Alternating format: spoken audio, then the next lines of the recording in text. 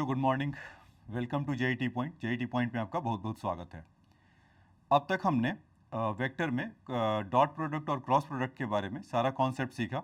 अब उसके बाद हमने आपको पिछले लेक्चर में बताया था कि उसके बाद हम लोग प्रैक्टिस करेंगे क्वेश्चंस का। तो आइए अब हम लोग फटाफट क्वेश्चंस का प्रैक्टिस करते हैं। देखिए, एक क्वेश्चन है। इसमें क्या होगा कि बहुत आपको बेसिक से पहले स्टार्ट करेंगे, जितने आसान से आसान क्वेश्चन हो सकते हैं, और फिर धीरे धीरे धीरे धीरे इस पर एक्सरलेट करेंगे। तो कम से कम इसमें हम 15 क्वेश्चन के लिए जाएंगे।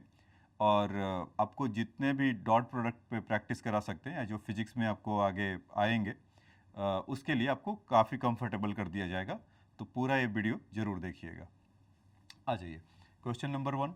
If the resultant of the vector 3i plus 4j plus 5k and 5i plus 3j plus 4k make an angle theta with the x axis, then find cos theta।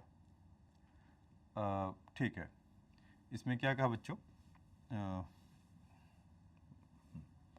कह रहा कि दो वेक्टर है, a equal to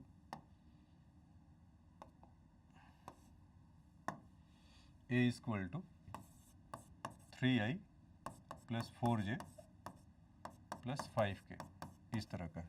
इस visible और बहुत कम है। 3i plus 4j plus 5k, एक वेक्टर ए ले लेते हैं, दूसरा वेक्टर बी ले लेते हैं। ये क्या है? इस 5i plus 3j plus 4k, ऐसा। तो make an angle theta with the x axis. If the resultant of the vectors, okay, resultant of the vectors make the angle theta with the x axis, then find the cos theta. तो देखो बच्चों, इसमें क्या है कि अगर ऐसा है एकदम से कि बोल देता है और गलती से हमने इसका डॉट प्रोडक्ट लेकर, मतलब उसने बोला रिजल्टेंट ऑफ इट, तो बेसिकली रिजल्टेंट ऑफ इट क्या होगा? आपको तो ये सिखाया था a प्लस बी, और क्वेश्चन में पूछ लिया कि एक्स एक्सिस से वो कितना बनाएगा। तो इन दोनों को अगर ऐड करेंगे तो क्या हो जाएगा? 8i plus 7j plus 9k, इस तरह का 8i plus 7j plus 9k। अब इसका अगर यूनिट वेक्टर लीजिए इस रिजल्टेंट वेक्टर का, तो unit vector of resultant vector आपको क्या समझाया था बच्चों? कि उसका आप मैग्नीट्यूड से डिवाइड कर दीजिए। किसके? इसके, जो भी वेक्टर आप, जिसका भी यूनिट वेक्टर चाहिए होगा। और मैं अभी बताता हूँ कि क्यों ऐसा लिया। तो अगर हम इसका मैग्नीट्यूड निकालेंगे तो 8 square plus 7 square plus 9 square, यही होगा। 8 square is 64, 7 square is 49, 9 square is 81। तो 81 प्लस 49 कितने हो गए? 130। और इधर से आपके 64, तो 64 प्लस 30 इज 194। तो कितना आ गया? 194। तो अब इसके बाद इसका जब हम यूनिट वेक्टर अगर निकालेंगे तो ये क्या हो जाएगा? 5i plus 3j plus 4k divided by the magnitude of 194। तो आपको याद है बच्चों कि जब मैंने आपको यूनिट वेक्टर बताया था, जो उसका i का जो कोफिशिएंट होता था वो देता था cos थीटा। बेसिकली मैं आपको ये बताना चाह रहा हूँ कि कोई भी यूनिट वेक्टर को हम ऐसे लिखते थे ना, इन जनरल, नॉट दिस, हाँ ये नहीं लिखा हूँ, तो cos थीटा या cos अल्फा बोलते थे। क्लियरिटी के लिए दिखाता हूँ यहाँ पर, cos alpha i cos beta j plus cos gamma k। तो अल्फा बीटा गामा ये जो होते थे, ये आई जे के मतलब एक्स एक्सिस, वाई एक्सिस और जेड एक्सिस से एंगल बनाते थे। तो हमें पूछा था कि ये दो वेक्टर है, उसका रिजल्टेंट एक्स एक्सिस से कितना एंगल बना रहा है। तो हमने पहले तो रिजल्टेंट के लिए ये दोनों निकाल लिया, एक्स एक्सिस के लिए ऐसा कर लिया, मतलब इसका यूनिट वेक्टर निकाल लिया। तो यहाँ से अगर हम देखें तो आर यूनिट वेक्टर है, ये कितना हो गया? 5/194 आई प्लस 3j, ये सब के अंदर 194 j plus 4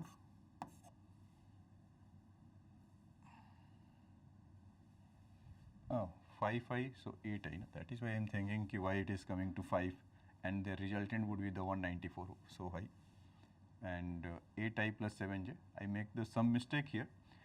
actually I write down the, instead of the r I take the a value. It is not, it is basically r, 8i plus 7j plus 9k. So shall we just remove that? Yes. So basically unit vector is your, ये आपका unit vector ऐसा है कुछ 8i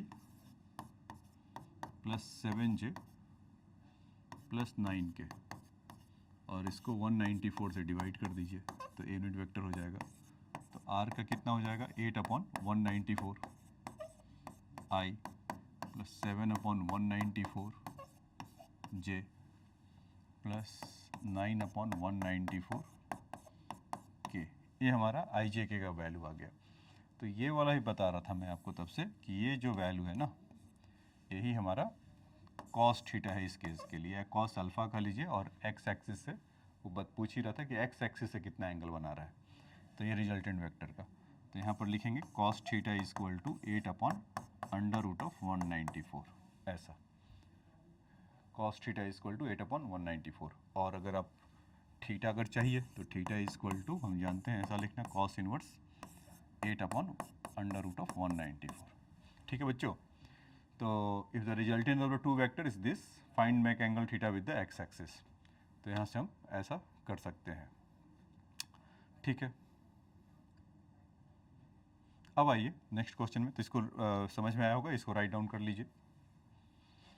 ठीक है, next question में चलते हैं. कह रहा है कि सो that the vector this form a right angle triangle. तो देखो बच्चों कि अगर राइट एंगल ट्रायंगल है अगर वेक्टर के लिए, मतलब कुछ राइट एंगल ट्रायंगल तो ऐसा ही होगा. अब कौन इसमें से ए है बी है, मतलब कि इसको नेमली वेक्टर, अच्छा ये भी लिख नहीं सकते ये कौन है. तो इसके लिए सबसे अच्छा तरीका है कि राइट एंगल है तो हमें किसी, आपको बताया था कि व्हेन द राइट एंगल, तो दो वेक्टर का डॉट प्रोडक्ट क्या होता था, शून्य होता था, जीरो होता था. तो इसमें हम किसी भी दो वेक्टर का अगर डॉट प्रोडक्ट देख लेते हैं जीरो आ रहा है क्या, तो एक एक करके चेक कर लेते हैं. ए डॉट बी का अगर, अच्छा पहले ए आपको लिख कर दे लेता हूँ, इस 3i minus 2j plus k, b is equal to i minus 3j plus 5k, और vector c is equal to है 2i plus j minus 4k, इस तरह का. तो अगर हम a डॉट बी अगर देखें तो क्या निकल कर आएगा. a डॉट बी तो अब आपको बताया था कि i से i के लिए कर दीजिए, खाली इसके इसके साथ, इसके इसके साथ, इसके इसके साथ. तो 3 into 1 is 3, minus 2 into minus 3 is plus 6, 1 into 5 ऐसा हो गया. तो ये कितना हो गया, 11 प्लस 3 14. ये तो नहीं दिया. देखते हैं दूसरा b dot c. b dot c में अगर देखें तो i और 2, तो कितना हो गया 2 3 और यहाँ से माइनस 20. तो ये भी नॉन जीरो ही होगा. यहाँ से अगर आप देखेंगे तो कुछ माइनस 23 और प्लस 2, ये कितना हो गया आपके माइनस 21. तो ये भी नॉन जीरो है और ये भी नॉन जीरो है. हमें तो डॉट प्रोडक्ट ऐसा देखना है जो जीरो होगा. तो बस एक ही सी डॉट ए. तो सी डॉट ए कहीं पर ऐसा लिख देता हूँ, चलिए यहीं लिख देता हूँ सी डॉट ए. तो 2i 2 इंटू 3 6 हो गया, इसका और इसका मल्टीप्लाई, फिर इसका और इसका करेंगे तो माइनस 2, और इसका और इसका करेंगे तो माइनस 4. तो यस, तो देखिए यहाँ पर ये वाला सी डॉट ए जब निकाला आपने तो ये कितना आ रहा है, 6 माइनस 2 माइनस 4 जीरो आ रहा. तो इसका मतलब सी और ए के बीच में कैसा है 90 डिग्री ऐसा. तो हम इसको बोल सकते हैं ए और इसको बोल सकते हैं सी ऐसा. तो इन दोनों के बीच में 90 डिग्री है और यहाँ पर दूसरा वाला वेक्टर बी होगा. अच्छा, अगर ये फॉलो कर रहा होगा, दूसरा एक मेथड देख लीजिए. मान लीजिए कि डॉट प्रोडक्ट में आप विश्वास नहीं रखते तो मैग्नीट्यूड वाला, लेकिन आप डॉट प्रोडक्ट का एप्लीकेशन देख रहे हैं ना बच्चे, तो इसीलिए इसको डॉट प्रोडक्ट से आपको बताया. दूसरा एक और भी आप देख सकते हैं कि राइट एंगल ट्रायंगल अगर फॉर्म करेगा तो यहाँ से मैग्नीट्यूड ऑफ ए का square plus magnitude of C का square equal to must be magnitude of B का स्क्वायर होना चाहिए. यही होगा. तो आप क्या करो कि सिंपल खाली मैग्नीट्यूड ऑफ ए का देखिए वैल्यू. तो ए का मैग्नीट्यूड कितना हो जाएगा, 3 का स्क्वायर माइनस 2 का स्क्वायर प्लस 1 का स्क्वायर. तो कितना हो गया 4 प्लस 9 10 √14 आ जाएगा। मैग्नीट्यूड ऑफ बी अगर सिमिलरली अगर देखेंगे तो वो कितना हो जाएगा, 1 + 9 डायरेक्ट लिख दे रहा हूँ इस 25, तो √35 आ गया। और मैग्नीट्यूड ऑफ सी अगर देखेंगे तो उसका वैल्यू कितना हो जाएगा, 4 + 1 + 16, तो कितना हो गया, 21। ठीक है, तो अब इसका स्क्वायर करके, 2 का स्क्वायर करके तीसरे का इक्वल होगा। ये 21 है, ये 35 है रूट में, और √14 है, तो 21 + 14 कितना होता है बच्चों, 35 होता है। और यहाँ पर ए वाला है, ये परपेंडिकुलर इसका वैल्यू ए का √14 है, और सी का आपका √21 है। अब स्क्वायर करके सम देख लीजिए तो ये कितना आ जाएगा, √35। तो यानी यहाँ से भी हम सो दैट कर सकते हैं, और नहीं तो डॉट प्रोडक्ट आपने देखा ही किसी भी दो का, अगर इसमें से अब हमें यही चेक करना था कि A.B, B.C या C.A, कहीं भी एक जीरो हो गया, बस हमारा काम हो गया कि ट्रायंगल 3 साइड से बनता ही है, और वहाँ से हम वो बता सकेंगे कि यस दिस विल बी 0। ठीक है, अब आइए नेक्स्ट क्वेश्चन में चलते हैं। इस वर्किंग ना, यस, हाँ, नेक्स्ट क्वेश्चन में देखिए कह रहा है कि वेक्टर, अच्छा इसको नोट डाउन किया नहीं किया, इसको अगर नोट डाउन करना चाहते हैं, जो बच्चे नोट डाउन करना चाहते हो तो आप, मैं हमेशा इसको 10 सेकेंड का पॉज दे देता हूँ कि आप उसको नोट डाउन कर सकते हैं। ठीक है, नेक्स्ट देखिए, if vector A, B, C and have a magnitude 8, 15, 16 units and A + B = C, find the angle between A and B। तो A और B के बीच का हमें एंगल निकालना है। तो अच्छा, A और B के बीच में एंगल निकालना है, तो हम इसको और उसमें क्या दे रखा है, इस तरह के क्वेश्चन को कैसे डील करते हैं बच्चों। देखिए, इस तरह का जब भी हो तो आप क्या करिए कि A और B मल्टीप्लाई में कब होंगे, जब यहाँ से इन दोनों का अगर स्क्वायर अगर कर दिया जाए, मल्टीप्लाई हो रहे होंगे तभी होगा। तो हमारा काम हो जाएगा, तो यहाँ पर क्या करेंगे, स्क्वायरिंग बोथ साइड, ऐसे क्वेश्चन को। अभी और 2-3 मिलेंगे, तो क्या होगा कि मैग्नीट्यूड ऑफ A का स्क्वायर, मैग्नीट्यूड ऑफ B का square plus 2 times of A.B equal to magnitude of C का स्क्वायर। क्या हो, क्यों ऐसा लिखा कि जो A इंटू बी होगा तो हमें पता नहीं है ना, तो इसीलिए A.B इसके लिए करेंगे। अब ये मन में आपका ख्याल आ रहा हो कि A.B ही क्यों, A क्रॉस B क्यों नहीं, क्योंकि उसके लिए भी तो, मतलब क्रॉस प्रोडक्ट के लिए भी तो हमने मल्टीप्लाई पढ़ा हुआ है। तो इस केस के लिए क्या होगा बच्चों कि जब तक हमें क्रॉस प्रोडक्ट के बारे में दिया नहीं रहता है तब तक हम उसको डॉट ही मानेंगे। ये कन्वेंशन है, आप उसको यूज़ कर सकते हैं। ठीक है, आइए नेक्स्ट में चलते हैं। तो मैग्नीट्यूड ऑफ ए का वैल्यू कितना है, 8 का square, plus magnitude of B कितना है, 15 का square, plus 2 times of A.B और equal to magnitude of C 17 square. ऐसा तो काफ़ी आसान हो गया ना, इस 17 इज 289 यही होगा, और इधर से 15 का स्क्वायर इस 225 और 64।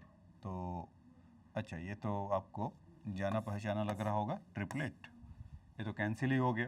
तो यहाँ से हमें क्या मिला बच्चों, A.B means 2A.B equal to 0, and virtually we can say that ना दिस थिंग कि A.B equal to 0।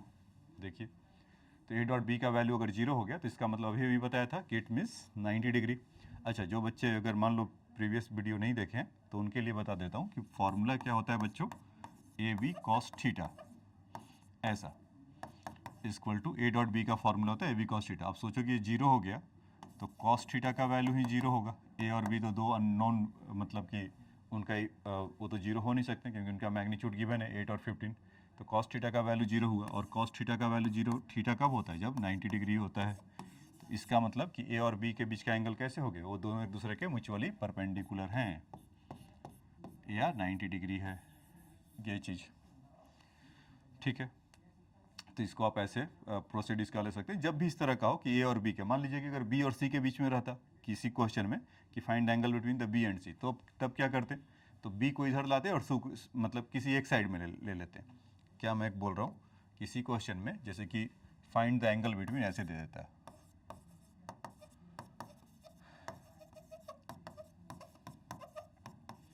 B and C, then how what will you do?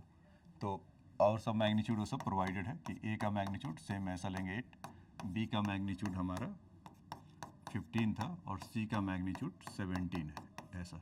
तो find angle between B and C and condition is this thing, if A plus B is equal to C. So what will you do? If asking that the B and C, तो B को एक तरफ कर लीजिए, C को ऐसे लेकर आ जाइए. तो हम यहाँ से ऐसे भी लिख सकते हैं ना, A is equal to vector C minus vector B, and then क्या करें, स्क्वायरिंग बोथ साइड. तो स्क्वायरिंग बोथ साइड तो मैग्नीट्यूड ऑफ A का स्क्वायर हो जाएगा, मैग्नीट्यूड ऑफ C का स्क्वायर होगा, प्लस मैग्नीट्यूड ऑफ B का स्क्वायर होगा, माइनस 2C डॉट B. ये तो यही लिखेंगे. A का स्क्वायर देखिए 64, C का स्क्वायर 225, B का square is 289 minus 2C dot B. तो यहाँ पर कैलकुलेशन भारी भरकम आ रहा है, लेकिन आपको टेक्निक तो पता चल गया ना कि करना क्या है. अब उनको एक साइड लेकर जाइए, उनको एक साइड लेकर जाइए. तो 2C dot B is equal to कुछ ऐसा होगा 64 माइनस 225 माइनस 289. अच्छा, इसमें भी फिर क्या हुआ कि सी बी कॉस थीटा, और 2 तो यहाँ रखे ही रहिए, magnitude of C magnitude of B equal to. अब इसको थोड़ा बहुत अपना कैलकुलेशन करते रहिए, थोड़ा बहुत क्या मतलब जितना कैलकुलेशन है उतना करते रहिए. तो एक चीज़ तो मैं बता सकता हूँ कि 64 माइनस 289 बिकम माइनस 225 यहाँ पर. तो माइनस 225 पहले से तो माइनस कितना हो गया 450, और 2 से बाय बाय करके कह रहा होगा कि माइनस 225 फिर से हम आ गए. ठीक है, तो कॉस थीटा का वैल्यू अगर देखेंगे तो माइनस 225, और सी और बी का मैग्नीट्यूड कितना है 15 एंड 17. लो और आसान हो गया. तो कॉस थीटा का जो वैल्यू हो गया तो माइनस 15/16. तो theta is equal to cos inverse 15 minus 15/17 ऐसा मिल जाएगा. तो बस मैं आपको एक ऐसा ग्लिम्स दिखाया कि व्हाट विल हैपन, कि पिछले क्वेश्चन में क्या था कि ए और बी के बीच में था, तो बता दिया स्क्वायरिंग करके. मतलब की कॉन्सेप्ट है कि उन दोनों के बीच का अगर एंगल आपको लाना है तो कैसे भी इसको मल्टीप्लाई के साथ आपको जाना होगा और वो आंसर दे देगा. ठीक है, तो बी और सी के बारे में हमने देखा था, तो ये ऐसा हो गया. ठीक है, नेक्स्ट क्वेश्चन देखिए. अच्छा, इसको नाउ राइट डाउन करना है तो इसको कर लीजिए या इसको कर लीजिए राइट डाउन. इसको देख लीजिए.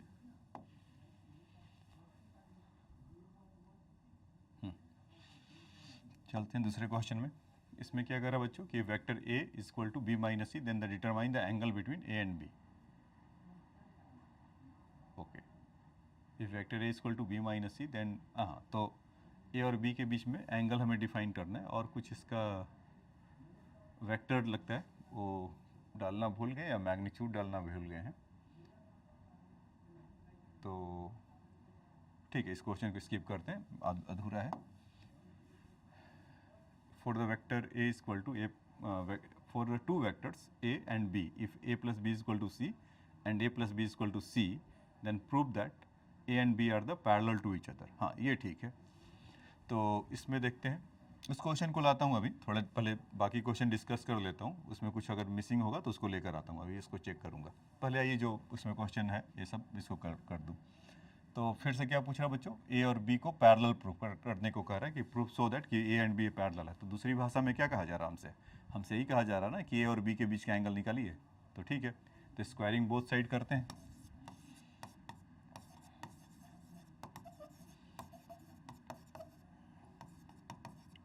तो कितना हो जाएगा, मैग्नीट्यूड ऑफ ए का स्क्वायर मैग्नीट्यूड ऑफ बी का square plus 2a dot B equal to C का स्क्वायर ऐसा. अब देखिए, और साथ साथ ये भी दे रखा है ये वाला. तो यहाँ से अगर इसको अगर निकाल के लेकर आए तो ये क्या कह रहा है, A square plus B square plus 2ab equal to C square. तो सी स्क्वायर के जगह पे ऐसा लिख सकते हैं क्या, A square plus B square plus 2ab, और यहाँ पर मैग्नीट्यूड ऑफ ए का स्क्वायर सिंपली ए स्क्वायर लिख सकते हैं, मैग्नीट्यूड ऑफ बी का स्क्वायर बी स्क्वायर लिख सकते हैं. हाँ, यहाँ पर आपको कॉन्शियस रहना है जहाँ पर अभी डॉट प्रोडक्ट है. तो देखिए, ये दोनों तो बाय बाय करके चले गए, यहाँ से ए स्क्वायर बी स्क्वायर कैंसिल हो रहे होंगे। 2a डॉट बी अगर देखते हैं तो इक्वल टू क्या होगा 2ab। तो ये भी कह रहे हैं कि मैं भी जाऊँगा, क्यों? क्योंकि यहाँ से आपको जैसे पता होगा कि 2a डॉट बी के जगह पे क्या होता है 2ab cos theta equal to 2ab। तो 2ab गया, तो cos थीटा का वैल्यू क्या बचा बच्चों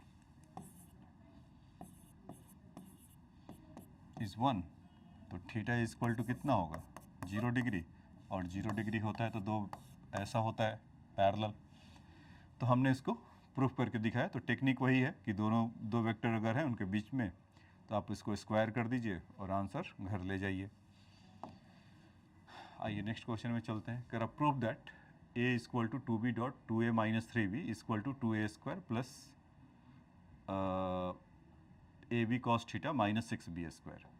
ठीक है, क्या है ये -2b होना चाहिए यहाँ पर, इसमें प्रिंटिंग एरर है बच्चों, इसको आप इग्नोर कर सकते हैं या एलो से एलो मैं कर दूं। चलिए भाई आप छुप जाइए, ऐसा है। तो a minus 2b 2a minus 3b equal to this. तो देखो इसको प्रोसीड कैसे करेंगे, a माइनस 2b वेक्टर के फॉर्म में डॉट 2a माइनस 3b। तो इसका जैसे a का इसका मल्टीप्लाई करेंगे और इसका इसके साथ करेंगे तो कितना हो जाएगा a dot into 2 dot a minus 3a dot b। ठीक, अब वैसे ही फिर b का इसके साथ करेंगे और इसके साथ करेंगे तो माइनस कितना हो जाएगा 2 2 या 4 a डॉट b ऐसा, और फिर माइनस माइनस प्लस 6b का b डॉट b ऐसे। तो इसमें क्या होगा कि 2 तो 2 है, a डॉट a का कितना हो जाएगा a स्क्वायर, क्योंकि सेम वेक्टर के साथ होता है। तो उसमें आपको बताया था कि इसे i डॉट i 1 होता है, तो वैसे ही a डॉट a स्क्वायर हो जाएगा, क्योंकि एंगल दोनों के बीच का कितना है 0 0, तो cos 0 1 होता है। फिर यहाँ से देखिए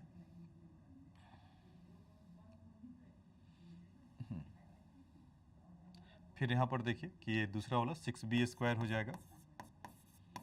ठीक है, अब यहाँ पर क्या है कि -3a डॉट बी है, -4a डॉट बी है, और हम लोग का कितना आ रहा है -7, और यहाँ पर कितना लाना है प्लस। तो हो सकता है कि वो कलाकारी जो यहाँ पर a -2b है, तो अगर उसको प्लस आना है तो मस्ट भी इसको क्या होना चाहिए प्लस, ये 4ab वाला जो है, तो यहाँ पर -2ab। तो ये चीज़ यहाँ पर इसका मतलब ये प्लस होगा। अगर ये प्लस होगा तो तभी वहाँ पर देखिए -6b स्क्वायर है ना, तो ये टाइपो एरर है, यहाँ पर प्लस होना चाहिए था। तो ठीक है, उसको ठीक कर लीजिएगा आप लोग। तो ये प्लस होगा तभी वहाँ पर 6b होगा, और ये प्लस हो जाइए भाई। हाँ, तो 2a स्क्वायर। अब देखिए कि +4ab और -3ab, तो कितना हो गया यहाँ से a डॉट b, और तभी वो +6 के लिए नहीं होगा, ये माइनस होगा, क्योंकि -2b और -3b करेंगे तो क्या आएगा बताइए बच्चों, a माइनस आएगा, ये माइनस आएगा। ठीक है, a डॉट a या b यहाँ से गायब है तो इसको लिख देते हैं। तो यहाँ से फिर क्या होगा, ये भी इसको हटा दीजिए, तो ये माइनस होगा। तो अभी देखिए कि 2a square a dot b का मतलब कितना होता है ab cos theta minus 6b square. तो ये आ गया ना एग्जैक्टली। ठीक है, नेक्स्ट क्वेश्चन देखते हैं। कह रहा find the value of lambda so that the vector a and vector b are the perpendicular to the each other. तो वेक्टर a और b आपस में परपेंडिकुलर है, हमें क्वेश्चन में पहले ही बता रखा है। कह रहा है कि a is perpendicular to b, तो हम इसको क्या इम्प्लाइज दैट कर सकते हैं कि a डॉट b का वैल्यू क्या होता है 0। तो उसमें एक लैम्डा जो मिसिंग है, ये कह रहा है कि इसका वैल्यू क्या होगा। तो बहुत सिंपल है, a डॉट b को a को लिखिए, a का वैल्यू कितना है 2i plus lambda j plus के ऐसा, और वेक्टर बी का वैल्यू क्या होगा 4i minus 2j minus 2k, इस तरह का होगा बच्चों ऐसा। तो इसको अगर हम a डॉट बी अगर निकालें तो क्या आ जाएगा, तो 4 2 जा 8 minus 2 lambda minus 2 and this thing is equal to 0। बोलिए a dot B is equal to 8 minus 2 lambda minus 2, तो यहाँ से इसका वैल्यू कितना हो गया 6 minus 2 lambda is equal to 0, तो लैम्डा इज इक्वल टू कितना हो जाएगा 6/2, तो लैम्डा का वैल्यू कितना हो गया 3, तो ये इसका वैल्यू है, आंसर आया। ठीक है, तो बहुत सिंपल था कि परपेंडिकुलर टू ईच अदर हमें बोल ही रखा है और उसके बाद हमें उसका वैल्यू निकालना था, तो उसका सिंपली डॉट प्रोडक्ट हमने ले लिया और फिर उसके बाद उसको 0 से इक्वल कर दिया और जो उसका लैम्डा का इक्वेशन आया उससे हमने उसका वैल्यू निकाल लिया। ठीक है, तो आइए अब नेक्स्ट क्वेश्चन में चलते हैं, या आपको लिखना है तो इसे लिख लीजिए। ठीक है, नेक्स्ट क्वेश्चन में देखिए क्या कह रहा है, for what value of m is the vector 2i plus 3j minus 6k are perpendicular to the vector b 3i minus mj plus 6k। तो अगेन वैसा ही क्वेश्चन फिर से मिल गया, तो आप फिर क्या करेंगे, ये तो आप मन ही मन आप भी बता सकते हैं कि a डॉट बी का वैल्यू कितना होगा बच्चों, यहाँ से इज 0 ऐसा, तो उसमें 2i और यहाँ से 3i, तो कितना हो गया 6 3 3 minus 3m minus 6 6 minus 6 plus 6 तो 36 इक्वल टू 0, तो यहाँ से minus 3m equal to minus minus 30 equal to 0, तो m का वैल्यू कितना आ गया 30 विथ नेगेटिव, तो ऐसा हो गया, तो इसको आप राइट डाउन कर लीजिए। ठीक है, अब आइए नेक्स्ट क्वेश्चन में चलते हैं। कैलकुलेट द वैल्यूज ऑफ,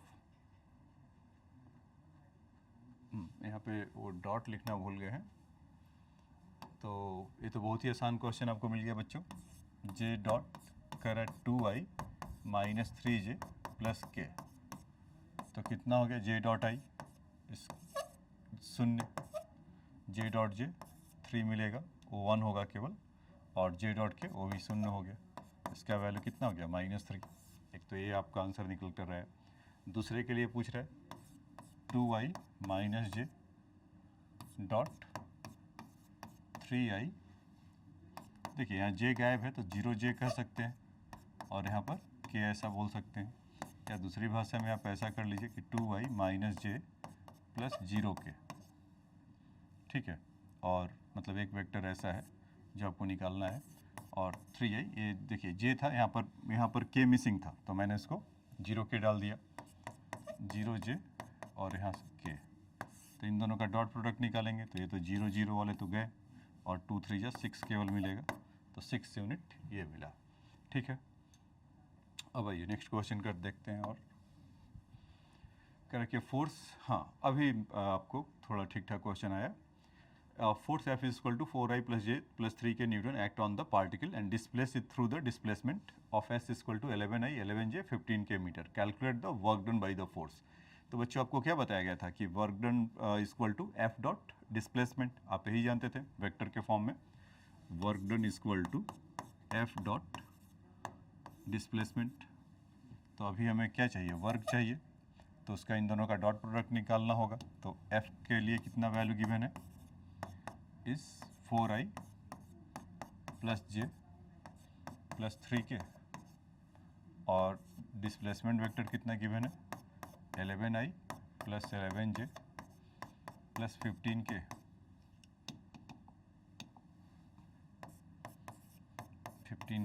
तो इन दोनों का डॉट प्रोडक्ट निकालेंगे मतलब वर्क निकालेंगे, तो 11 4 जा 44, दूसरा 11 इसका, और यहाँ से 45, तो 45 प्लस 44 प्लस 11 कितना हो जाएगा 55, तो 100 जूल, तो पूरे 100 जूल ऐसा आएगा। तो इसका डॉट प्रोडक्ट का है एप्लीकेशन था कि वर्क डन का अगर हम देखते थे तो एफ डॉट डी होता था कि one of the application of the dot product, तो ये था। ठीक है, तो आइए नेक्स्ट क्वेश्चन में चलते हैं। कह रहा कि under a force of F is equal to 10I 3J 6K newton a body of mass 5 kg is displaced from this position to this position, calculate the work done. तो देखो बच्चों, यहाँ पर क्या कर रहा है कि एक फोर्स लगा रहा है और फोर्स से उसमें डिस्प्लेसमेंट हो रहा है और उसका पोजीशन और इनिशियल और फाइनल पोजीशन गिवन है। तो अगेन हम वर्क डन के लिए क्या देखते थे कि W is equal to F dot D, ऐसा। तो जो डिस्प्लेसमेंट के लिए कैसे निकालते थे कि इनिशियल पोजीशन से इसको final position minus initial position कर दें, इन दोनों का अगर माइनस ले लेंगे तो हमें फाइनल डिस्प्लेसमेंट मिल जाएगा। तो अब यहाँ से देखिए कि अगर उसको नेमली, या आप चाहो तो इसको मैं ऐसे बना देता हूँ कि जैसे मान लीजिए यहाँ पर A था और यहाँ से फोर्स लगाने के बाद ये कुछ ऐसे गया, तो ऐसा कुछ होगा ना। तो अभी हमें तो बेसिकली हमें डिस्प्लेसमेंट चाहिए AB, ये चीज़। तो हम यहाँ से वेक्टर के लॉ से ऐसा बोल सकते हैं ना कि OB माइनस OA, ये चीज़। तो OB इस पोजीशन वेक्टर B का है और OA का गिवन है, तो हम यहाँ से इसका फाइंड आउट कर सकते हैं। और फोर्स मान लीजिए कि यहाँ से ऐसे लगाया होगा और यहाँ से यहाँ पर पहुँचा होगा, तो कितना वर्क डन होगा। तो डिस्प्लेसमेंट OB का वेक्टर अगर देखा जाए तो कितना है final 10I minus 2J plus 7K, यही है। Minus of the second vector is 6I plus 5J minus 3K। तो इसको जब आप माइनस करेंगे 10 माइनस 6 कितना हो जाएगा 4I minus 2J minus 5J minus 7J हो जाएगा, 7K प्लस प्लस 3, 10K ऐसा हो गया। ठीक है, तो डिस्प्लेसमेंट वेक्टर आ गया। और यहाँ से जब हमें वर्क निकालना होगा तो फोर्स वाला वेक्टर कितना है बच्चों, इस 10I minus 3J and plus 6K। और डिस्प्लेसमेंट वेक्टर कितना है, अब ये भी जो निकाला 4I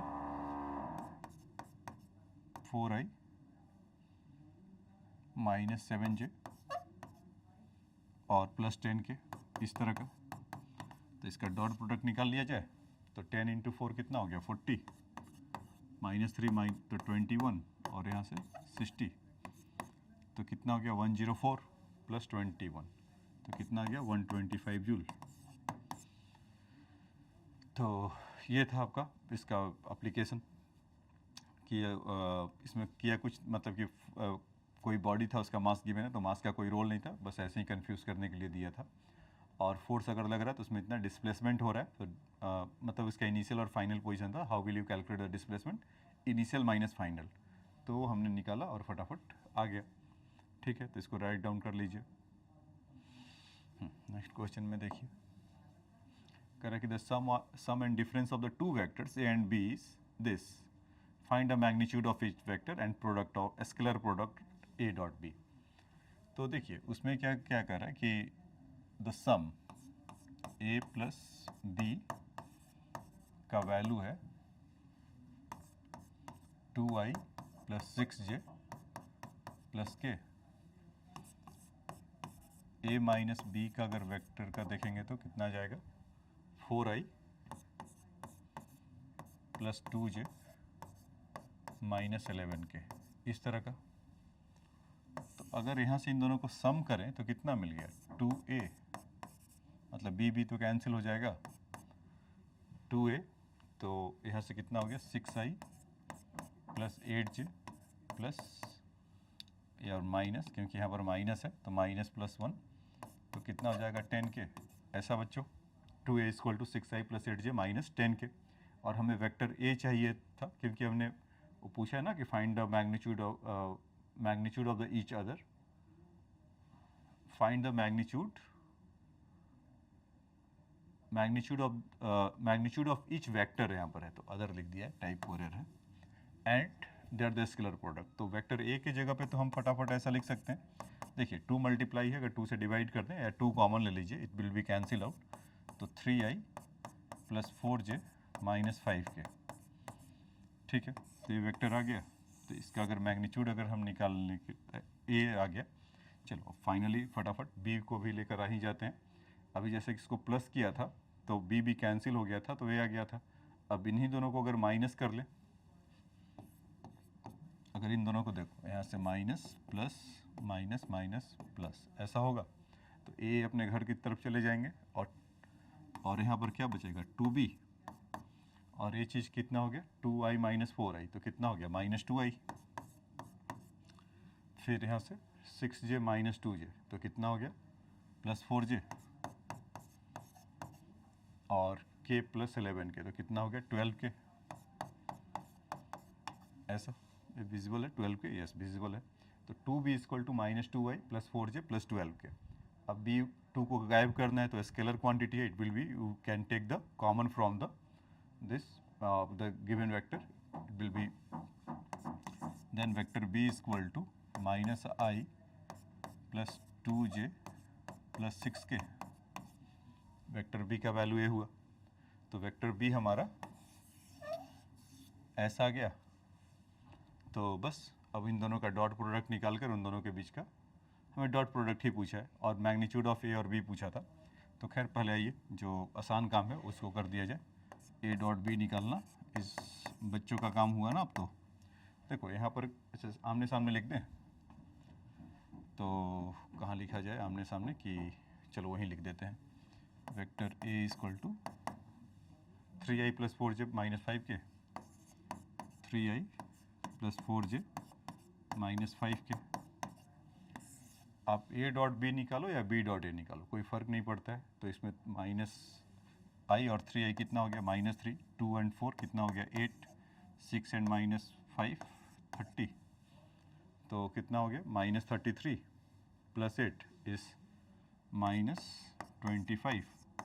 तो ए डॉट बी के जगह पर ऐसा होगा इस माइनस 25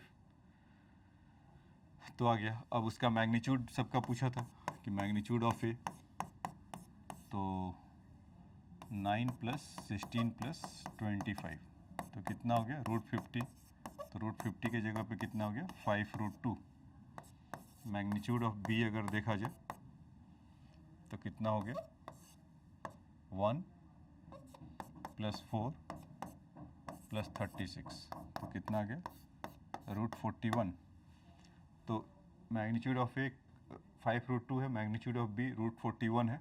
तो हमारा आगे अगर एंगल भी पूछता है इन दोनों के बीच में तो कभी भी ऑन है कि A B cos theta A dot B equal to A B cos theta और cos theta equal to A dot B upon magnitude of A magnitude of B.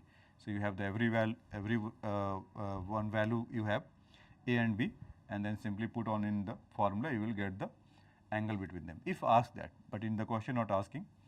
Okay, write down this thing. So move to the next question. A force F 5i plus 4j Newton displaced the body through the S is equal to 3i plus 4k in 3 seconds. Find the power. तो इसमें बच्चों power पूछा हुआ है।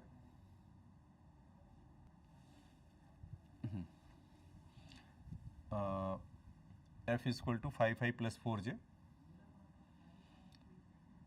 and S is equal to 3i plus 0j plus 4k ऐसा, और F is equal to 5i plus 4j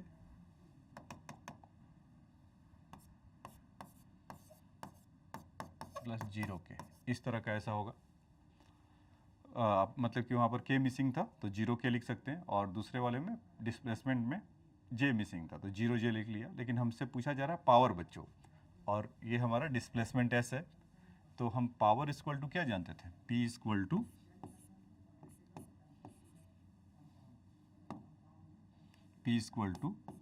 F dot V ऐसा। तो अभी हमें डिस्प्लेसमेंट है तो डिस्प्लेसमेंट में क्या करें टाइम का डिवाइड कर दें।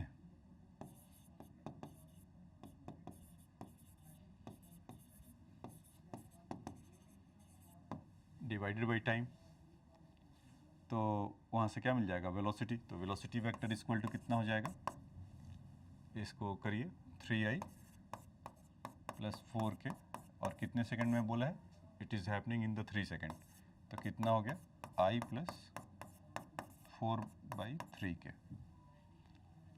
तो पावर इक्वल टू, यहाँ पर फोर्स इक्वल टू लिख लीजिए 3i plus 0j plus 4k और v equal to i plus force equal to 5i plus O, उसी को लिख दिया क्या फोर्स के जगह पे, नहीं तो ये नहीं होगा।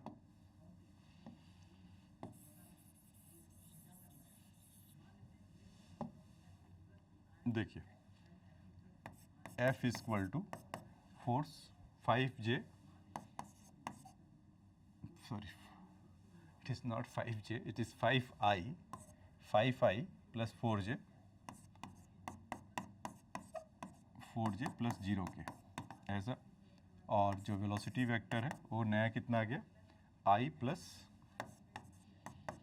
0j plus 4/3k।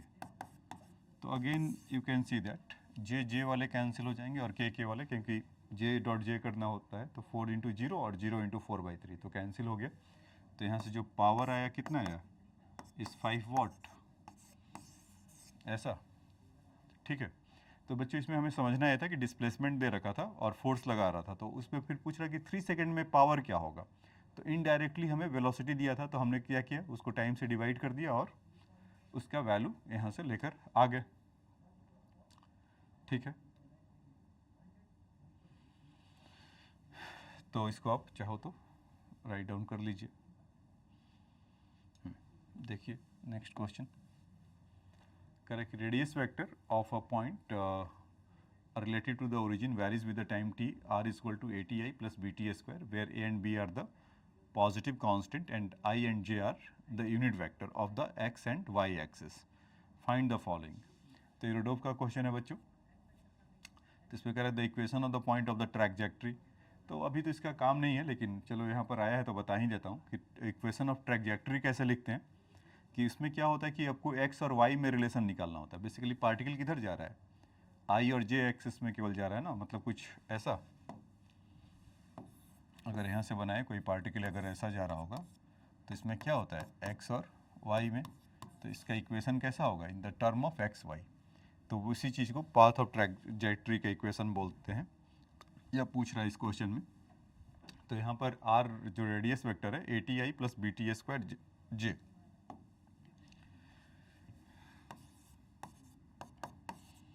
A T I plus B T square J इस तरह का। तो यहाँ से बेसिकली x इक्वल टू हमें कितना गिवन है 80 और y इक्वल टू कितना गिवन है बी टी स्क्वायर। तो आप अगर एलिमिनेट करना होगा t को तो क्या कर सकते हैं, तो यहाँ से t इक्वल टू हम बोल सकते हैं ना x बाई ये होगा ये चीज़, और इसको यहाँ पर लाकर पुट कर दिया जाए b x square by A square, क्योंकि टी स्क्वायर का वैल्यू क्या होगा x square by A square. तो यहाँ से कितना मिल गया आपको ए वाई इक्वल टू, या आप चाहो तो केवल स्मार्टली ऐसा y equal to B over A square into X square. ये आपका ट्रैजेक्टरी का इक्वेशन आ जाएगा जो उसमें पूछा था। तो खैर ये तो इसका पार्ट है नहीं, ये तो आगे अभी मिलेगा। तो हमने इसका बेसिकली हमारा काम ये है कि जो ये था ना third number, the time dependence of the angle of alpha between the vector w and v। Basically w and v क्या होता है कि वो एक्सेलरेशन और वेलोसिटी की बात कर रहा है, ठीक है। The time dependence of the velocity v and acceleration w vector as well as the moduli of the quantities. तो ये तो उसका डिफ्रेंसिएशन और फिर उसके बाद हम इसका डॉट प्रोडक्ट देखेंगे। तो ये क्वेश्चन आपको बहुत देर के बाद एक अच्छा क्वेश्चन मिला। तो आइए इसको कर लें कि r इक्वल टू कितना था बच्चों A T I plus B T square J ऐसा था। तो अगर हमें वेलोसिटी वेक्टर चाहिए था तो पीछे हमने देखा था मोशन इन वन डायमेंशन में क्या वेक्टर पोजीशन वेक्टर को अगर डिफ्रेंशिएट करते हैं तो क्या मिलता है वेलोसिटी, और वेलोसिटी को फर्दर डिफ्रेंशिएट करते हैं तो क्या मिलता है एक्सेलरेशन। तो हमें उसका यूज़ करना है। तो यहाँ पर ए टी का करेंगे तो कितना हो गया ए आई, और बी टी स्क्वायर का करेंगे डिफ्रेंसिएशन तो 2bt जे। अच्छा, और फिर एक्सेलरेशन वेक्टर अगर चाहिए तो उसमें डी बाई डी टी के लिए जाएंगे, इसका अगर डिफ्रेंसिएशन। अब ये क्या है बच्चों, कांस्टेंट है, तो इसका कांस्टेंट का डिफ्रेंसिएशन क्या होता था, 0, तो ये हो गया 0i, और 2bt का डिफ्रेंसिएशन करेंगे तो खाली b आएगा और यहाँ से आया j, तो एक्सेलरेशन वेक्टर आ गया। तो हमारे पास दोनों है, और इसका अगर मैग्नीट्यूड अगर देखेंगे, उसमें क्वेश्चन में क्या पूछा था, सॉरी, इस क्वेश्चन में ये पूछा था moduli of the time dependence velocity v and acceleration vector as well as moduli of the quantities. तो moduli of the quantities A square plus 4b square T square ऐसा होगा, और एक्सेलरेशन का मॉडुलस अगर निकालेंगे तो, क्योंकि इसका i का कोफिशिएंट कितना था a और इसका कितना था 2bt, और इसका करेंगे तो 0 स्क्वायर प्लस 2b का स्क्वायर, तो कितना हो गया, ये 2b हुआ ऐसा। तो इसका सेकंड पार्ट का था। अब उसमें इन दोनों के बीच में क्या पूछा था बच्चों कि एंगल, कि find the time dependence of angle alpha. तो एंगल भी टाइम डिपेंडेंस होगा।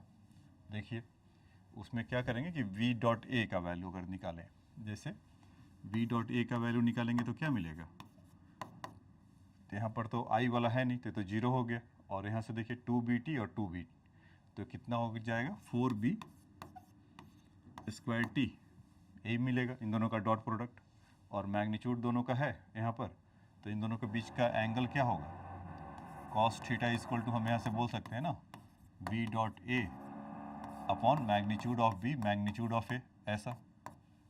तो v डॉट ए का वैल्यू हो जाएगा 4b स्क्वायर इंटू टी, और मैग्नीट्यूड ऑफ v का वैल्यू कितना है under root of A square plus 4b square into magnitude of A is 2b, ऐसा बच्चों। देखो मतलब इसमें हमें एंगल बिटवीन v और a के बीच का निकालना है। तो वेलोसिटी वेक्टर का जो और एक्सेलरेशन वेक्टर का जो डॉट प्रोडक्ट था, तो हमारा ये निकल कर ऐसे आया, तो उसका वेलोसिटी वेक्टर का मैग्नीट्यूड लेंगे तो A square plus 4b square T square, A square plus 4b square T square ऐसा हो गया। एक्सेलरेशन का देखा तो 2b हो गया, और इसको वैल्यू यहाँ पर पुट कर दिया। तो जब यहाँ से हम निकालेंगे, इसको ऐसे कर लेते हैं, तो 2b यहाँ से 2 और b कैंसिल हो गया, तो कितना हो गया 2bt अपॉन ए स्क्वायर प्लस 4b स्क्वायर, ऐसा होगा।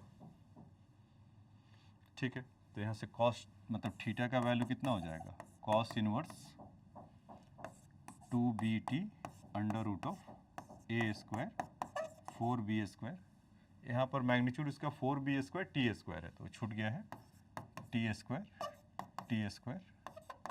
4b स्क्वायर टी स्क्वायर, ऐसा।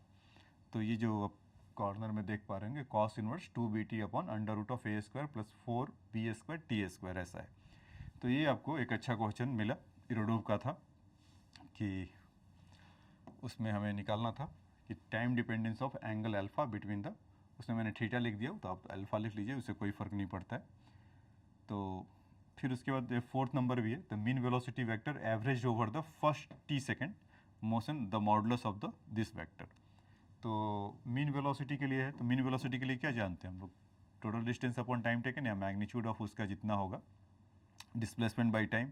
तो वेलोसिटी का जो मैग्नीट्यूड निकालें वो टाइम से डिपेंड कर दीजिए इन द टर्म ऑफ टी। तो इस फोर्थ पार्ट का आपको मिल जाएगा एवरेज्ड। ठीक है बच्चों, तो ये आपको एक ठीक ठाक क्वेश्चन यहाँ से मिला था, तो इसको राइट डाउन कर लीजिए। आर ऐसा था, फिर वी निकाला, फिर ए निकाला, फिर इन दोनों का मैग्नीट्यूड था तो मैग्नीट्यूड बता दिया, फिर वी और ए के बीच का हमें चाहिए था एंगल। तो एंगल के लिए वही कि आपको डॉट प्रोडक्ट निकालना पड़ेगा, तो वी डॉट ए का वैल्यू निकाला और फिर उसको वहाँ से पुट करते गए और हमारा आंसर आ गया। ठीक है, तो इसको नोट डाउन कर लीजिए। अब आइए नेक्स्ट क्वेश्चन में चलते हैं। correct radius vector of the point A relative to the origin varies with the time t r is equal to ATI plus BTS square j, where A and B are the positive constant and I and j are the unit vector of the x and y axis. Find the following. तो following के लिए कहाँ भेजा है? ATI BT, हाँ same ही question है वो. ठीक है, देखिए करेक्ट कि पॉइंट नेक्स्ट क्वेश्चन ये भी इरोडोव का प्रॉब्लम से लिया गया है कि a point moves in the plane xy according to the x is equal to ATY or y is equal to AT1 minus alpha t, where a and alpha are the positive constant and it's time to find the following. तो देखो बच्चों, पहले तो क्या किया कि x a t इस format में लिखा है, जैसे पीछे वाले क्वेश्चन में क्या था, r is equal to something I और j था, तो मैंने इसको x और y सेपरेटली ले लिया था. तो यहाँ पर क्या है कि सेपरेटली ही हमें दे रखा है.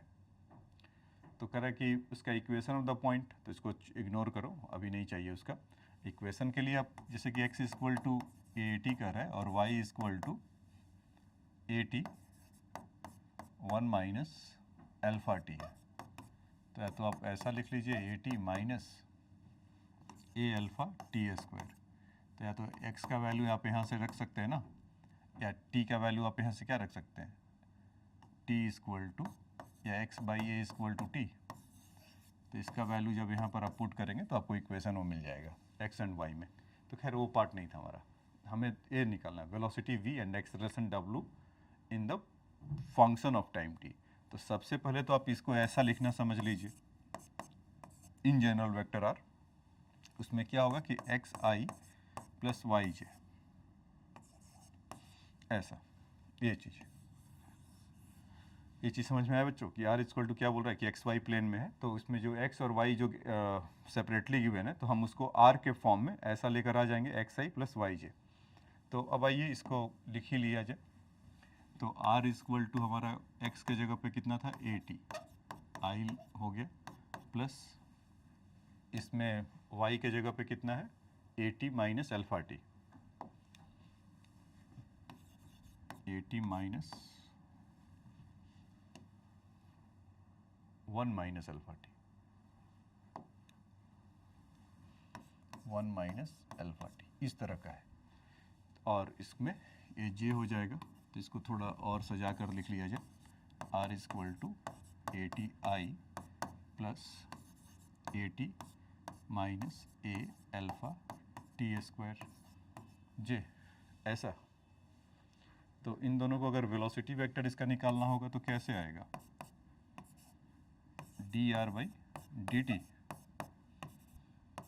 तो ए टी का डिफ्रेंसिएशन करेंगे तो कितना हो जाएगा, ए आई प्लस ए टी का फिर से करेंगे तो कितना हो जाएगा, ए, और ए अल्फ़ा तो कांस्टेंट है, टी स्क्वायर का करेंगे तो 2a अल्फ़ा टी जे, ऐसा. एक्सेलरेशन इक्वल टू अगर करेंगे तो कितना हो जाएगा, D V by D T. तो ए आई का मतलब हो गया 0 आई, के तो कांस्टेंट है, और इसका करेंगे ए का तो 0, और 2a अल्फ़ा टी का करेंगे तो 2a अल्फ़ा विथ नेगेटिव जे, ऐसा. तो v और a का वैल्यू आ गया बच्चों, पिछले बार में भी हमें मिला था. तो अब देखिए, अब क्वेश्चन में क्या पूछा है, कहा था कि velocity and acceleration w the point is the function of time t. तो निकाल लिया. Correct, the moment t not at which the velocity vector form angle pi by 4 with the acceleration vector. तो पूछ रहा है कि t नॉट का value क्या होगा कि जब वो एंगल पाई बाई 4 आपस में बना रहे हैं. तो हमें इस पर क्या दे रखा है कि एंगल दे रखा है. तो ये आपको बढ़िया क्वेश्चन ये मिला है यहाँ से. तो उस समय हमें वो टी टाइम बताना है. तो इन दोनों का डॉट प्रोडक्ट क्या हो जाएगा बच्चों, अगर यहाँ से लिखें v डॉट ए का वैल्यू तो कितना आ जाएगा, तो 0 0 वाला तो गया, माइनस 2a अल्फ़ा, मतलब कि कुल मिलाकर आपको ये मिलने वाला है a minus 2a alpha t into this thing minus 2a alpha. ऐसा होगा क्या बताइए, माइनस को बाहर लिख लिया, ये वाला माइनस था, 2a अल्फ़ा उधर लिख दिया ये वाला, और ये चीज़ a minus 2a alpha T. तो उस समय उसका एंगल कर रहा है कि पाई बाई 4 है, तो इसका मैग्नीट्यूड वगैरह इसका निकाल के लाना होगा. तो क्योंकि यहाँ से हमें cos पाई बाई 4 का जो वैल्यू गिवन है वो एंगल दोनों के बीच का, तो कितना होगा v dot A upon magnitude of v upon magnitude of A, ऐसा यही होगा ना, cos pi by 4 equal to v dot A magnitude of v magnitude of A. तो cos पाई बाई 4 का वैल्यू कितना हो जाता है 1/√2, ये तो हो गया। और उस समय जो टाइम है वो t नॉट है, तो इसमें v डॉट ए का वैल्यू कितना रख लिया जाए, माइनस को अगर एडजस्ट कर लें तो 2a alpha t naught minus ए इंटू 2a अल्फा, यही होगा बच्चों। उस माइनस को एडजस्ट कर लिया और t के जगह पे t नॉट रख लिया, क्योंकि क्वेश्चन में क्या पूछा है हमसे, क्वेश्चन में यही पूछा है ना कि at the moment t not at which the this thing is pi by 4, so that is why we have to be force to put in the t in the place of t not. अच्छा, अब उसमें हमें क्या चाहिए, magnitude of v, तो magnitude of v ये रहा, और मैग्नीट्यूड ऑफ a, तो मैग्नीट्यूड ऑफ a तो हमें मिल ही गया, 2a अल्फा तो है अपॉन 2a अल्फा, क्योंकि मैग्नीट्यूड इसका निगेटिव नहीं लिखेंगे, -2a अल्फा लिखेंगे, तो ये चीज़ तो कैंसिल हो रहा होगा, और यहाँ से मैग्नीट्यूड ऑफ v, तो यहाँ पर स्पेस कम था बच्चों, इसीलिए इसको ऐसे लिख लिया। पहले बोलो यहाँ तक समझ में आया क्या, कि ये 1/√2 था और 2a alpha t naught minus ए 2a अल्फा था, और यहाँ से 2a अल्फा और मैग्नीट्यूड ऑफ v, तो यहाँ से तो ये तो कैंसिल होने वाले होंगे, और हमें इसमें से क्या निकालना है, t नॉट का वैल्यू निकालना है। तो आ जाइए इधर, यहीं पर बता देते हैं उसको, ये विजिबल होगा इस साइड में, हाँ यहाँ तक विजिबल है। तो 1/√2 को यहाँ से √v का मैग्नीट्यूड अपॉन √2, और इस साइड पे क्या बच जाएगा 2a alpha t not, 2a alpha t naught minus a, ठीक। अच्छा, तो अभी जो v का मैग्नीट्यूड है वो तो आया है नहीं, तो हमें तो लाना है, तो क्या करें, स्क्वायरिंग बोथ साइड कर दें, तो यहाँ से तो 2 हो जाएगा और यहाँ से v मिलेगा, उसके बाद भी एक रूट होगा,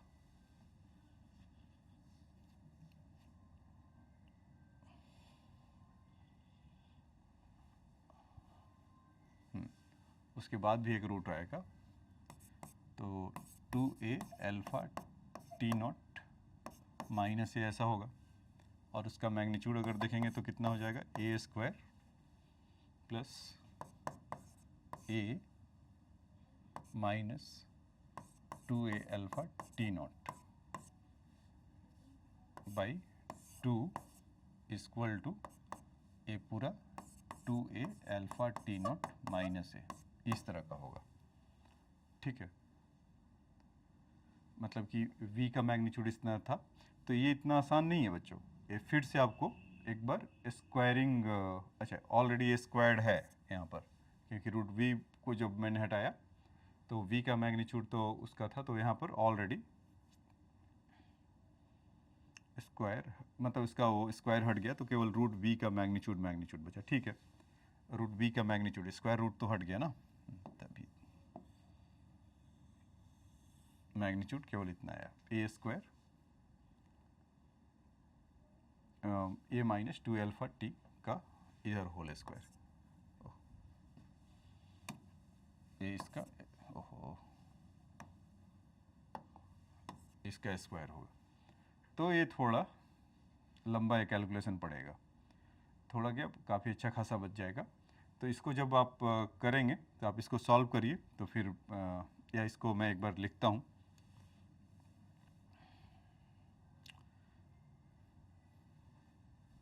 ठीक है। तो इसमें जैसे कि मैं कह रहा था कि इसको सॉल्व करना पड़ेगा, तो इसमें a plus a minus 2a alpha t not का स्क्वायर अपॉन 2 और 2a अल्फा t नॉट का स्क्वायर, तो बच्चों इसको सब कुछ सॉल्व करते हुए जब आओगे यहाँ पर, तो इसमें जो t नॉट का वैल्यू होगा, मैं यहीं पे लिख दे रहा हूँ, ऐसा सब कुछ सॉल्व करते हुए जब आएंगे तो t नॉट का वैल्यू हो 1/अल्फा। तो ये अलजबरा का पार्ट यहाँ पर मैं नहीं दिखा रहा हूँ, डायरेक्ट इसका आंसर मैं आपको बता दे रहा हूँ कि t नॉट इक्वल टू 1/अल्फा। अगर आप करके भी देखेंगे, इसको क्रॉस चेक अगर आपको करना भी होगा, तो t नॉट का वैल्यू 1/अल्फा रखिएगा यहाँ से, तो अल्फा अल्फा कैंसिल हो जाएगा यहाँ से, तो यहाँ से 2a माइनस है तो खाली ये बचा, तो a स्क्वायर बच रहा है, वैसे ही फिर क्या होगा कि अगर टी नॉट का वैल्यू अगर 1/α रखिएगा तो अल्फा अल्फा कैंसिल हो जाएगा, तो यहाँ से 2a, a माइनस 2 तो माइनस a का स्क्वायर a, तो a square plus a square कितना हो गया 2a²/2, तो दोनों तरफ 2a² आ रहा है। तो इस तरह से आपको बता दिया। आपको अगर सॉल्व करना है तो मैं आपको ऐसा इंक्रेज करने मतलब एक तरह से कर रहा हूँ कि आप इसको जाइए प्रॉपरली राइट डाउन करिए, अपना क्वाड्रेटिक इक्वेशन बनाइए और सॉल्व करिए। Answer will be come out T naught equal to 1/α। और अभी कैसे हुआ तो मैंने आपको एक उसमें क्रॉस चेक कराकर दिखा दिया कि ये आंसर करेक्ट है। ठीक है बच्चों, क्योंकि स्पेस का यहाँ पर कमी है तो इस चलते उसको वहाँ पर नहीं दिखाया जा सकता, इसलिए नहीं दिखाया। ठीक है, तो आइए अब इसके बाद और कोई पार्ट है इसका? नहीं, ठीक है, हमने 1 2 3 तीनों पार्ट इसका कवर कर लिया। अब देखते हैं नेक्स्ट क्या किया। ठीक है, तो सेम ही क्वेश्चन है। तो ठीक है बच्चों, तो हमने वेक्टर पे क्या हुआ कि जितने भी क्वेश्चंस हो सकते थे, बेसिक्स भी लिए कुछ क्वेश्चन, कुछ हीरोडोव के भी क्वेश्चन उठाए और मिक्सअप करके आपको बताया गया। तो मेरे ख्याल से कोई आपको प्रॉब्लम नहीं होना चाहिए। आपने मतलब की थिंग आप डॉट प्रोडक्ट से ले जाने के लिए क्या है कि जो I dot I, J dot J और के डॉट के का वैल्यू 1 होता है, A dot B equal to B dot A होता है। एक बात, दूसरा कि ए dot B equal to B dot A, तो ठीक है, उसमें माइनस का कोई प्रॉब्लम नहीं होता है। और जब भी इंपॉर्टेंट चीज़ कि ए डॉट बी अगर 0 होता है तो परपेंडिकुलर 90 डिग्री होता है। तो ये हमने देखा। अब आइए, अब हम लोग वेक्टर प्रोडक्ट की तरफ चलते हैं। ठीक है बच्चों, तो आ जाइए वेक्टर प्रोडक्ट की तरफ आते हैं। ठीक है,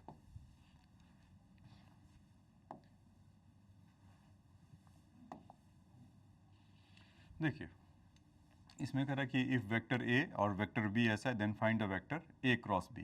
तो पहला ही सिंपल आप मतलब अगर एक मिल गया तो आपको ए क्रॉस बी के लिए बताया गया था। इसके अंदर जब भी दो वेक्टर का क्रॉस प्रोडक्ट निकालना होता था तो ये वाला आई जे के वाला बताया था, आई जे के ऐसे लिख लिया। और इसमें ऑर्डर बच्चों इम्पॉर्टेंट है कि ए अगर पहले है तो ए को ही पहले इसको लिखेंगे कोफिशिएंट 1 3 एंड 2, बी के लिए 3 1 और 2। तो ये कितना हो गया, इसका अगर करेंगे तो 3 2 6 माइनस, आपको बताया था इसको कैसे सॉल्व किया जाता है कि इसको हाइड कर देते हैं फर्स्ट कॉलम को, फर्स्ट कॉलम और फर्स्ट रो को हाइड करने के बाद आपको कुछ ऐसा मिलेगा। तो 3 2 6 माइनस 2, तो कितना हो गया 4i। फिर जे वाले में ऑटोमेटिकली निगेटिव आता है, तो इसको हाइड करेंगे फर्स्ट सेकेंड रो और फर्स्ट रो और सेकेंड कॉलम को। तो 1 2 और 3 2 ऐसा दिखाई दे रहा है। तो 2 - 6, तो 2 - 6 कितना हो जाएगा -4। तो इसके जगह पे -4 अगर रखेंगे तो ऐसा आ गया। फिर के को ऐसे ही थर्ड कॉलम को हाइड कर लीजिए फर्स्ट रो को, तो ऐसा दिखाई दे रहा है 1 - 9। तो 1 - 9 कितना हो गया -8 के। तो ए क्रॉस बी का वैल्यू ऐसा है बच्चों। तो ये सिंपल था। तो अब देख रहे होंगे कि ये भी क्या है कि आपका क्रॉस प्रोडक्ट हम जब किसी चीज़ का निकाल रहे हैं तो एक वेक्टर ही आ रहा है, या वेक्टर प्रोडक्ट हम इसीलिए इसको वेक्टर बोलते हैं कि इटसेल्फ एक वेक्टर आ रहा है ना, that is why we can say that it is the vector product is the vector. अच्छा, एक चीज़ और क्या था इसमें, ये जो वेक्टर आया इन दोनों ए और बी पर म्यूचुअली परपेंडिकुलर होगा। आप चाहे तो इसका क्रॉस चेक करके देख सकते हैं, इसका डॉट प्रोडक्ट लीजिए तो आपको शून्य मिलेगा। जैसे मैंने क्या बोला कि जो इसको रिजल्टिंग वेक्टर सी का लीजिए, तो मैं कह रहा हूँ कि वेक्टर ए और वेक्टर सी आपस में परपेंडिकुलर होंगे। तो आप चेक करके देख लीजिए, i + 3j + 2k और यहाँ से 4i + 4j और कितना है -8k 4i। तो देखिए, तो डॉट प्रोडक्ट करेंगे तो कितना हो गया 4 + 12 - 16, तो शून्य आया ना। तो ये बात जरूर याद रखिएगा, ये आपको मेंस में भी ऐसा क्वेश्चन मिल सकता है, डायरेक्ट मैथ में भी मिल सकता है कि कैसा, या फिजिक्स में तो आपको मिलेगा ही मिलेगा कि दो वेक्टर ए और बी है तो उसका उन दोनों पे म्यूचुअली परपेंडिकुलर क्या होगा। तो जब इनका हम क्रॉस प्रोडक्ट लेंगे तो इटसेल्फ एक उसका परपेंडिकुलर वेक्टर देता है जो दोनों पर होता है। कह रहा कि prove that the vector this and B are the parallel to each other. तो इसके लिए क्या था पैरेलल के लिए कि जब क्रॉस प्रोडक्ट अगर 0 होता था, ए क्रॉस बी का वैल्यू क्या आता था 0, तो हम बोलते थे ना कि A is parallel to B, ऐसा। तो सेम काम यहाँ पर करना है। तो वेक्टर ए है या आप चाहो तो डायरेक्टली निकाल लो। ए क्रॉस बी का वैल्यू आई जे के, ऐसा वाला, और इसकी जगह पे 4 3 1, और इसका कितना कोफिशिएंट है 12 9 3। तो आई को हाइड करिए तो यहाँ से कितना मिलेगा 3 3 या 9 माइनस 9, तो कितना हो गया आई इंटू 0। तो ये देखिए 0 मिल रहा है। ऐसे ही माइनस जे के लिए अगर करेंगे तो ये भी 0 ही आएगा। अगर इसको हाइड करेंगे तो 4 3 या 12 और 12 इंटू 12, तो ये 0 हो गया। ये समझ में आता है ना। यहाँ पर 4 इंटू 3 हुआ और 12 इंटू 1, तो 12 माइनस 12 इज 0। वैसे ही अगर आप के लिए अगर करेंगे तो यहाँ से 4 9, इस केस के लिए 9 के साथ देखेंगे क्योंकि ये ऐसे हाइड हुआ है। और इसका इसके साथ करेंगे तो 9 4 जा 36 और 3 12 जा इज़ ऑल्सो 36। तो कितना हो जाएगा इस 0 36 माइनस 36, तो कितना आ रहा है 0। तो इट्स सेल्फ ए वेक्टर कितना है ए क्रॉस बी का वैल्यू 0 हुआ। तो यहाँ से बोलते हैं ना कि magnitude of A magnitude of B into sine theta is 0। तो थीटा का वैल्यू कितना हो गया 0, ऐसा। तो यानी कि 0 जब होगा तो ए और बी आपस में कैसे होंगे पैरेलल होंगे। तो वही चीज़ें इसको बताया गया। ठीक है, तो आसान सा था, तो इसको राइट डाउन आप चाहें तो कर सकते हैं बच्चों, कर लीजिए। ठीक है, नेक्स्ट क्वेश्चन में चलते हैं। कह रहा है कि ए बी दो वेक्टर हैं, then find the value of A plus B और ए क्रॉस बी का वैल्यू। तो सबसे पहले ठीक है, उसे यहाँ पर कर लेते हैं वेक्टर सी जो ए प्लस बी हो रहा होगा, और ए प्लस बी का वैल्यू अगर देखें तो 2i प्लस 3i, तो कितना हो गया 5i, 3j प्लस 2j, तो कितना हो गया 5j, k प्लस k, तो कितना हो गया 5k। वाह, 5 5 5 का मिला। अब डी वेक्टर के लिए कह रहा है कि a minus B, a minus B कितना हो जाएगा 2i minus 3i is minus i, 3j minus 2j is minus j, k minus 4k is minus 3k, ऐसा। ठीक है, तो हमसे पूछा जा रहा है सी क्रॉस डी का वैल्यू क्या होगा। तो सी क्रॉस डी का अगर हम वैल्यू देखेंगे इज आई जे के, ऐसा तो फिर उसमें से 5 5 5 ये हो गया, और इसका अगर देखेंगे तो -1 -1 -3, ये ऐसा आ गया। एक वहाँ पर कुछ एरर है क्या, 3j माइनस 2j किया तो कितना आएगा इस j ना, तो प्लस j। देखो एक अभी एरर आ रहा था। हाँ, अब उसके बाद आप बच्चों इसका क्रॉस प्रोडक्ट निकाल लीजिए। i का अगर देखेंगे तो कितना मिलेगा -15 एंड -5, तो -5 15 -5 कितना हो गया -20 i के लिए। ऐसे ही फिर -j के लिए अगर देखेंगे, j के लिए तो सेकंड कॉलम को अगर हाइड करेंगे और फर्स्ट रो को, तो -15 और +5, तो -15 + 5 का वैल्यू कितना हो गया -10, तो -10 है तो माइनस प्लस 10j हो गया। ऐसे ही अगर k के लिए करेंगे तो 5 माइनस ऑफ 5, तो 5 5 कितना हो गया 10k, तो हमारा 10k आ गया। तो ये है बच्चों इसका a प्लस बी और a माइनस बी का अगर क्रॉस प्रोडक्ट पूछा जा रहा था तो हम इसको ऐसे निकाल सकते हैं। ठीक है, तो सिंपली इसको क्या किया इसमें कि a प्लस बी है तो उसको ऐड कर लिया, और d वेक्टर इसको अलग से मान लिया a माइनस बी, और जो वेक्टर आ रहा था दोनों का क्रॉस प्रोडक्ट ले लिया।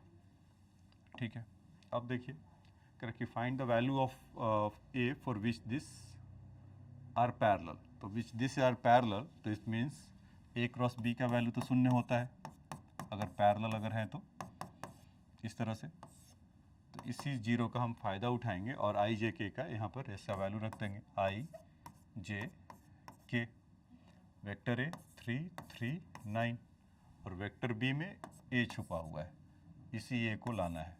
और प्रोवाइडेड है कि वी हैविंग कि this A and B vector will be parallel. तो when the A and B दो वेक्टर अगर पैरेलल होंगे तो उसका क्रॉस प्रोडक्ट क्या होगा बच्चों, इज जीरो। तो क्रॉस प्रोडक्ट जीरो।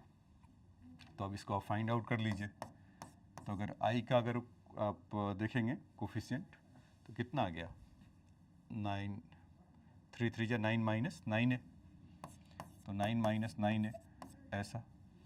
जे का कोफिशिएंट अगर देखेंगे तो यहाँ से कितना आ गया, 9 माइनस 9, 0, तो प्लस 0 जे कह सकते हैं। के का अगर आप देखेंगे तो यहाँ से कितना आ गया, 3a minus 3, 3a minus 3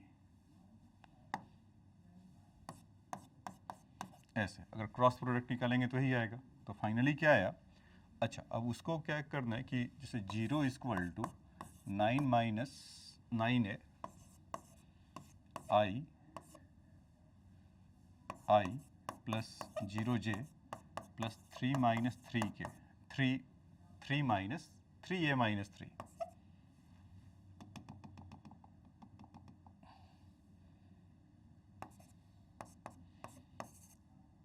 minus 3 equal to के। तो यहाँ पर बच्चों जीरो है तो इसका फ़ायदा उठाया जाए, इसको लिख दिया जाए 0i plus 0j plus 0k, ये लिख सकते हैं ना। तो इस 0i का जो है, i का कोफिशिएंट i के साथ करेंगे तो देखिए कितना है, 9 माइनस 9 है इक्वल टू 0। तो a का वैल्यू कितना हो जाएगा, 9/9, तो a का वैल्यू कितना हो गया, 1। और ऐसे ही फिर अगर आप उसमें करेंगे 3a माइनस 3, k का कोफिशिएंट तो अब सेम ही आने वाला है, 3a माइनस 3 अगर करेंगे तो 0, तो a का वैल्यू यहाँ से भी कितना आ रहा है, 1। तो हम यहाँ से क्या कर सकते हैं कि जो a का वैल्यू था उसका वैल्यू इस 1 ऐसा मिल रहा है। तो इसमें आपने क्रॉस प्रोडक्ट का एक एप्लीकेशन देखा कि जब इस तरह का एक पैरेलल होता है तो a क्रॉस b का वैल्यू क्या होता है, 0। तो ये बना, ठीक है। नेक्स्ट क्वेश्चन, अच्छा लिखना है तो लिख लीजिए इसको। हाँ, कह रहा है कि find the unit vector perpendicular to the vector this and this. तो find the unit vector perpendicular to the vector this and this, A and B पर। तो अभी बताया कि आपको जो ए क्रॉस बी अगर आप निकालते हैं किसी का भी तो दोनों पे परपेंडिकुलर होता है, तो दोनों पे परपेंडिकुलर होता है तो इसको लगा लिया जाए, A equal to 4i minus J plus 3k, vector B equal to minus 2i plus J minus 2k। तो इसका अगर a क्रॉस b अगर लेते हैं तो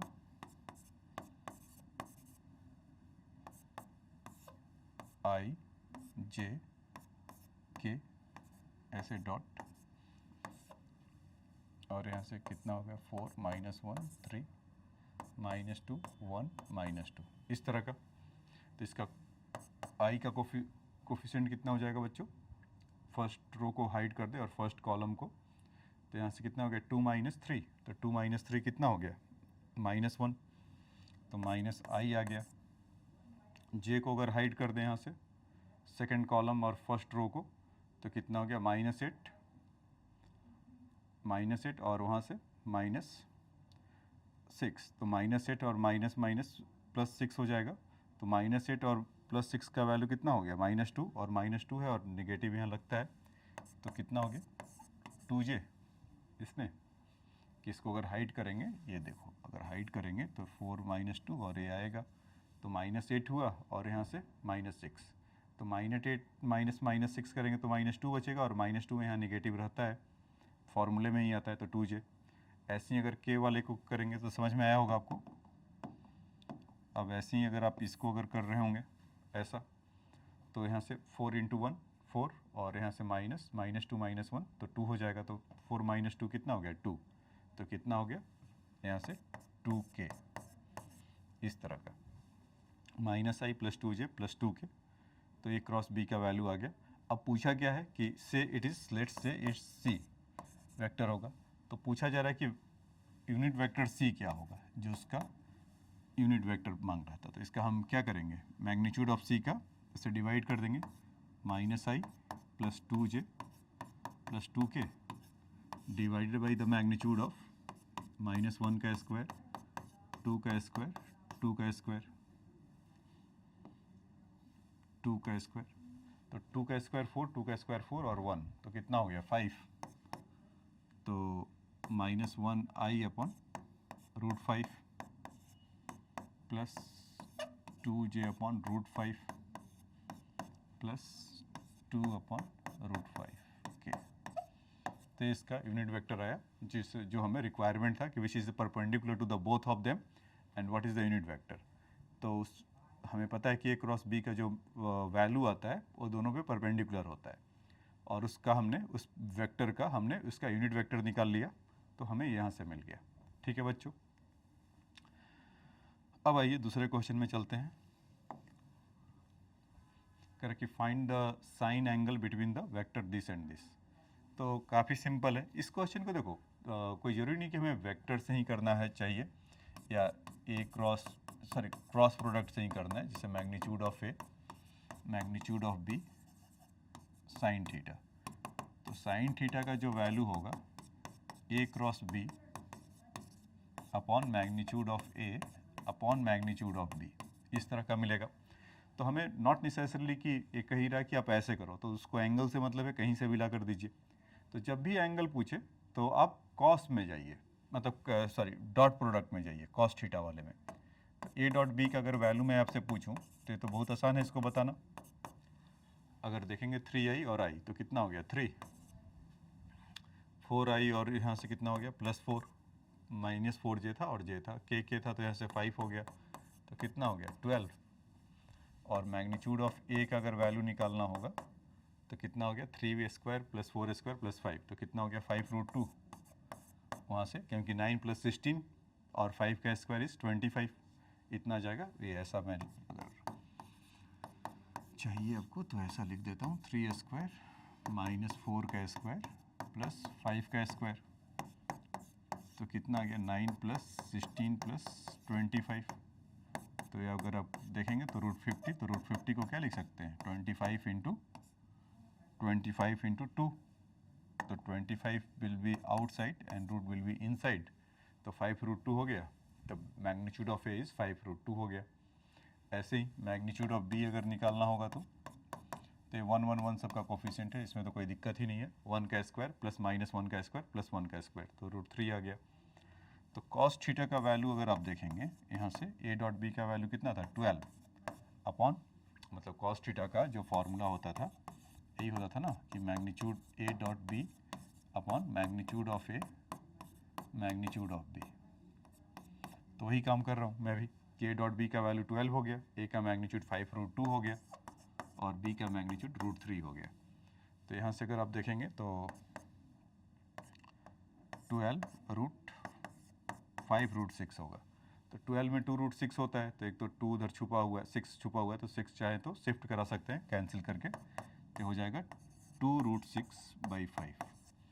तो क्या कि सर ये तो साइन कॉस थीटा का वैल्यू आया, एग्जैक्टली साइन उसका आया, मतलब अभी जो वैल्यू मैंने निकाला कॉस थीटा = 2√6/5 ये हुआ। अगर देखना है तो आप एक बार फिर से देख सकते हैं, ऐसा कुछ मतलब कि दो वेक्टर था, सिंपली मैंने उसका ए का मैग्नीट्यूड बी का मैग्नीट्यूड निकाल कर ए डॉट बी से करके उसका कॉस थीटा का वैल्यू लेकर आया 2√6/5।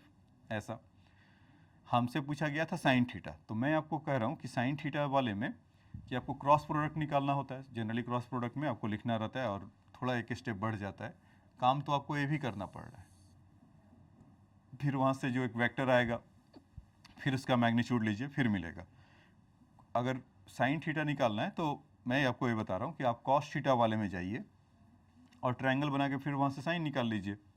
वही काम मैंने किया यहाँ पे कि 2√6/5 है, तो आप ऐसा एक ट्रायंगल थीटा का बना सकते हैं, तो जिसमें 2√6 इसको बताया जा रहा है और 5 इसको बताया जा रहा है। तो यहाँ से कितना हो जाएगा 1 करके देखिएगा 25, 2√6 का स्क्वायर करेंगे तो 24। ये कैसे आया, ऐसे आया 25 का स्क्वायर माइनस 2√6 का स्क्वायर, तो आप देखेंगे तो 1 आ गया। तो यहाँ से साइन थीटा का वैल्यू कितना आ जाएगा बच्चों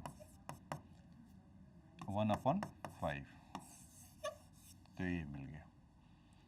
तो इस क्वेश्चन में जैसा पूछा था कि साइन थीटा का वैल्यू है बताइए, तो अगर आपको मन करता है तो आपको मैं कह रहा हूँ कि आप अगर कॉपी पेन अगर लेकर बैठे हुए हैं तो ए और बी का आप चाहें तो इस फॉर्मूला से भी चेक करिएगा। वहाँ पर क्या होगा कि ए क्रॉस बी निकालोगे तो एक इटसेल्फ वेक्टर होगा, तो उसका ही मैग्नीट्यूड ले लेना, तो आपको ए मिलेगा। ठीक है, सेम वही साइन ये वाला जो था कि साइन थीटा का वैल्यू 1/5 है, तो सेम मिलेगा। ठीक है, तो आइए अब नेक्स्ट क्वेश्चन में चलते हैं। करा कि find the vector of the magnitude 18 which is the perpendicular to the both. हाँ, ये क्वेश्चन मतलब ठीक है, हैविंग द मैग्नीट्यूड 18। तो अभी जस्ट इसके पीछे के वाले से पीछे क्वेश्चन देखा था कि एक यूनिट वेक्टर बताओ जो दोनों पे परपेंडिकुलर है। एग्जैक्टली सेम काम यहाँ भी करेंगे। ए क्रॉस बी फटाक से जब निकाल लेते हैं, आई जे के ऐसा कर लिया, इसमें 4 -1 और 3, 4 - 1 3 हो गया, -2 1 और -2, तो आई जे के का करेंगे तो 2 - 3, तो माइनस आई आ जाएगा। जे का अगर करेंगे तो -8 और -8 और यहाँ से -2 × 3 कितना हो जाएगा, -6, तो -8 -6 कितना हो गया, -2 बचा, और -2 में माइनस ऑफ जे लगाएंगे तो +2j आ जाएगा, और के वाले के लिए करेंगे तो 4 - 3 4 - 2, तो यहाँ से कितना आ गया, 2k आ गया।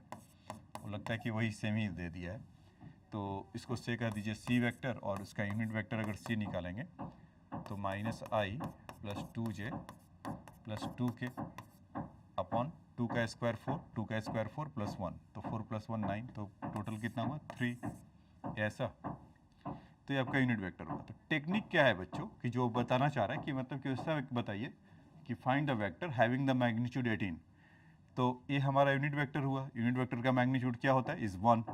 तो हमसे एक वेक्टर मांगा जा रहा है, कुछ मान लीजिए कि डी वेक्टर, तो हम यहाँ से बोल सकते हैं ना 18 times of C unit vector, क्योंकि सी का मैग्नीट्यूड तो 1 है, 18 से मल्टीप्लाई करना है। तो इसका मतलब सोचने का यही था कि यूनिट वेक्टर निकालिए और 18 से मल्टीप्लाई कर दीजिए, तो उसका जब भी आप मैग्नीट्यूड निकालेंगे तो 18 ही आएगा। तो यहाँ से जब आप करेंगे, रिक्वायर्ड वेक्टर जो हमें है निकालना है था,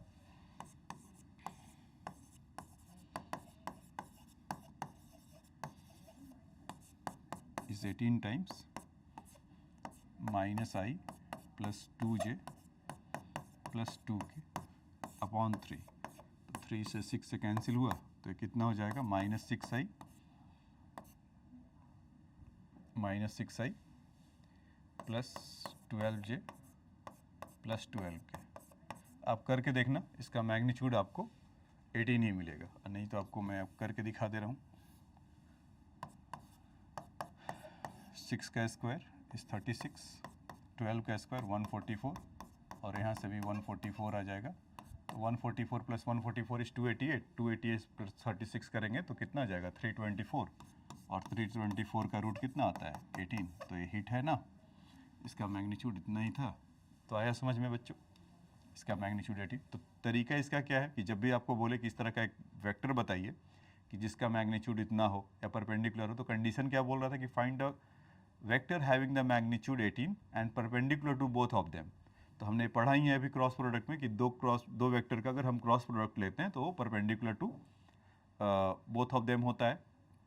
ये बार बार मैं आपको रिपीट कर रहा हूँ, अब पिछले अगर आप नोटिस किया होगा कि चीज़ें हर क्वेश्चन के बाद मैं आपको बता रहा हूँ, इसलिए बता रहा हूँ कि आपको बिना स्ट्रेस के आपके दिमाग में एम्बेडेड हो जाए या कर चला जाए, कि आपको एक्स्ट्रा मतलब कि एफर्ट ना डालना पड़े, क्योंकि इसका यूज़ होने वाला है और बहुत होने वाला है। जब भी मतलब वेक्टर का अगर कुछ आता है सीन, तो उसमें आपको मिलेगा ही मिलेगा। हो सकता है कि डायरेक्ट भी आपको क्वेश्चन मिल जाए, तो कोई बड़ी बात नहीं है, तो इसीलिए मैं बार बार बता रहा हूँ। तो उसमें आपको जो दोनों पे परपेंडिकुलर था तो उसका क्रॉस प्रोडक्ट निकाला और उसका यूनिट वेक्टर निकाला, और फिर उसके बाद कर दिया 18 से मल्टीप्लाई। तो कॉन्सेप्ट है कि जब भी मैग्नीट्यूड पूछा जाए कि 18 है और ऐसा कुछ है, तो आप उसका यूनिट वेक्टर निकालिए और उससे मल्टीप्लाई कर दीजिए। ठीक है, तो ये था इसका कॉन्सेप्ट, इसको राइट डाउन लिख कर लीजिए। अब आइए नेक्स्ट क्वेश्चन में। Correct, determine the area of the parallelogram adjacent side of the form by the vector this and this. तो पिछले क्लास में बच्चे आपको बताया था कि एरिया ऑफ द पैरेललोग्राम जब भी इस तरह का होता है, शेप लाओ भाई, कहाँ गया शेप, हाँ, पैरेललोग्राम का कुछ इस तरह का, इस तरह का, अच्छा कोई और शेप है तो नहीं, 3D फिगर तो चाहिए नहीं, इस तरह का। तो इसमें मान लीजिए कि वेक्टर ए हमारा ऐसा है, वेक्टर ए हमारा कुछ इस तरह का है और वेक्टर बी इस तरह का है, खाली एंगल कुछ होगा, थीटा होगा, हमें चाहिए भी नहीं। तो कह रहा है कि determine the area of it. तो आपको मैंने बताया था कि एरिया के लिए केवल ए क्रॉस बी निकाल लो आप और उसका मैग्नीट्यूड निकाल लीजिए, it will give the area of this parallelogram. तो आइए ए क्रॉस बी निकाला जाए, तो कितना हो जाएगा 1 माइनस, पहले तो आई, हाँ आई जे के इस तरह से सजा लिया जाए और यहाँ से 1 माइनस 3 1 और यहाँ से 1 1 1, ऐसा कुछ काम करेंगे। तो ये कितना हो गया -3 -1, तो कितना हो गया -4 आई। फिर यहाँ से जे को हाइड करेंगे तो 1 माइनस 1, तो ये तो 0 ही हो गया, प्लस माइनस का कोई चक्कर ही नहीं रहा, ऐसे माइनस आता है। के के लिए अगर करेंगे तो 1 माइनस प्लस 3, तो कितना हो गया 4k। और इसका जब आप मैग्नीट्यूड निकालेंगे ए क्रॉस बी का जो है वेक्टर अभी,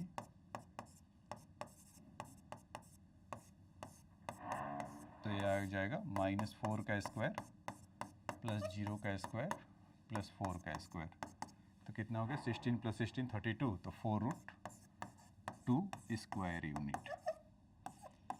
ठीक है बच्चों, तो इसमें आपको समझ में आया होगा कि जब भी दो वेक्टर है ए और बी और उसका पैरेललोग्राम के एडजेसेंट साइड के, तो उसका सिंपल हमें क्रॉस प्रोडक्ट निकालना है और उसका मैग्नीट्यूड ले लेंगे। So it will give the area of the parallelogram. ठीक है, तो इसको राइट डाउन कर लीजिए। ठीक है, आइए नेक्स्ट क्वेश्चन में चलते हैं। कह रहा है कि find the area of the triangle of the point this o a b such that like that. तो ए भी वैसा ही है, एरिया अगर ट्राइंगल के लिए निकालना होता है, एरिया ऑफ द ट्राइंगल, तो उसमें अगर एडजेसेंट साइड आपको ए और बी ऐसे दे रखा है, तो इसका होता है कि 1/2 times of a cross B का मैग्नीट्यूड का हाफ कर देंगे। तो ये हमें गिवन उसका दो साइड ट्राइंगल से, तो समझ ही गए होंगे क्या करना है। ए क्रॉस बी या ओ ए क्रॉस साइड है तो पूरे सम्मान के साथ लिख देते हैं ओ ए और ओ बी। तो आई जे के ऐसा होगा और यहाँ से कितना होगा 1 + 2 + 3, तो 1 2 3 लिख लिया। यहाँ से -3 -2 और 1, तो इसका करेंगे तो आई के साथ अगर करेंगे तो कितना हो जाएगा 2 माइनस 6 माइनस माइनस प्लस 6, तो कितना हो गया 8 आई 2। फिर जे के लिए अगर देखेंगे तो 1 माइनस प्लस 9, तो 1 माइनस 9 कितना हो गया 10, मतलब 1 माइनस ऑफ -9, तो 10 हो गया। और जे में तो नेगेटिव आता है, ये कुछ ऐसा होता है ना प्लस माइनस प्लस, अगर मैथ में आप डिटर्मिनेंट या मैट्रिक्स पढ़े होंगे तो आप इसको समझ सकते हैं। तो कितना हो गया -10j, और के को अगर ब्लॉक करेंगे तो कितना हो जाएगा -2 और -6, तो 6 - 2 कितना हो गया 4, तो कितना हो गया 4k ऐसा। तो 8i -10j + 4k। तो अब इसका ये मैग्नीट्यूड देख लीजिए, तो इसका जब अगर मैग्नीट्यूड निकालेंगे तो कितना जाएगा बच्चों 8 का स्क्वायर 64, 10 का स्क्वायर 100 और 4 का स्क्वायर 16, तो कितना आ गया √180 स्क्वायर यूनिट। तो अभी एरिया निकालने के लिए इसके जगह पे 1/2 इंटू √180, तो √180 को हम क्या लिख सकते हैं 4 × 45, तो 2 से बाहर निकलेगा तो ये 2 45/2, तो 2 से 2 कैंसिल हुआ और √45 के जगह पे अगर हम देखेंगे तो कितना हो जाएगा 3√5, तो 3√5 स्क्वायर यूनिट ऐसा मिलेगा। तो ये आपको निकल कर आया। ठीक है, अब आइए नेक्स्ट क्वेश्चन में चलते हैं। करें कि find the help of the vector the area of the triangle with the vertex. तो देखो बच्चे, इस तरह के जब क्वेश्चन अगर आता है तो आपको करना क्या है,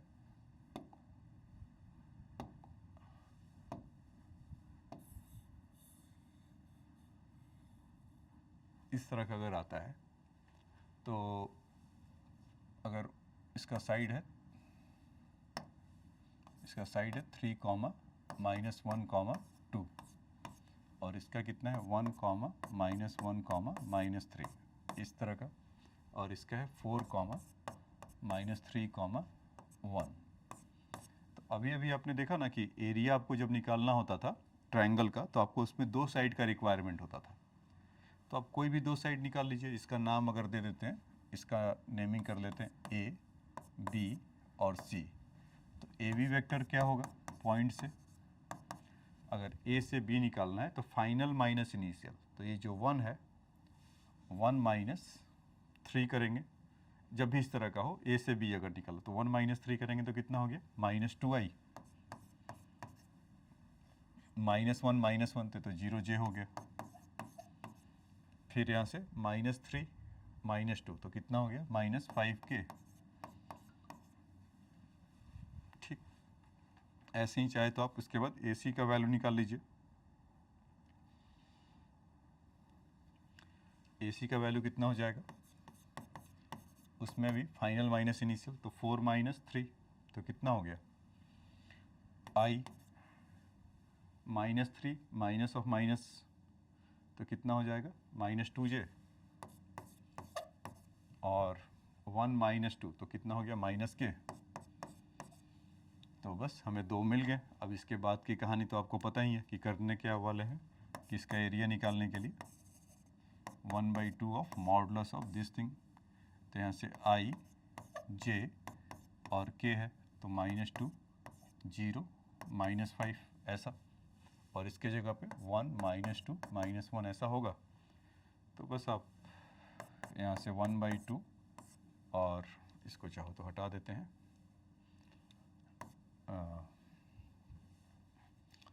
i के लिए अगर जब जाएंगे तो 0 +10 हो जाएगा, क्योंकि -5 -2 कितना हो जाएगा 10, और माइनस लगा हुआ है तो -10i हो जाएगा।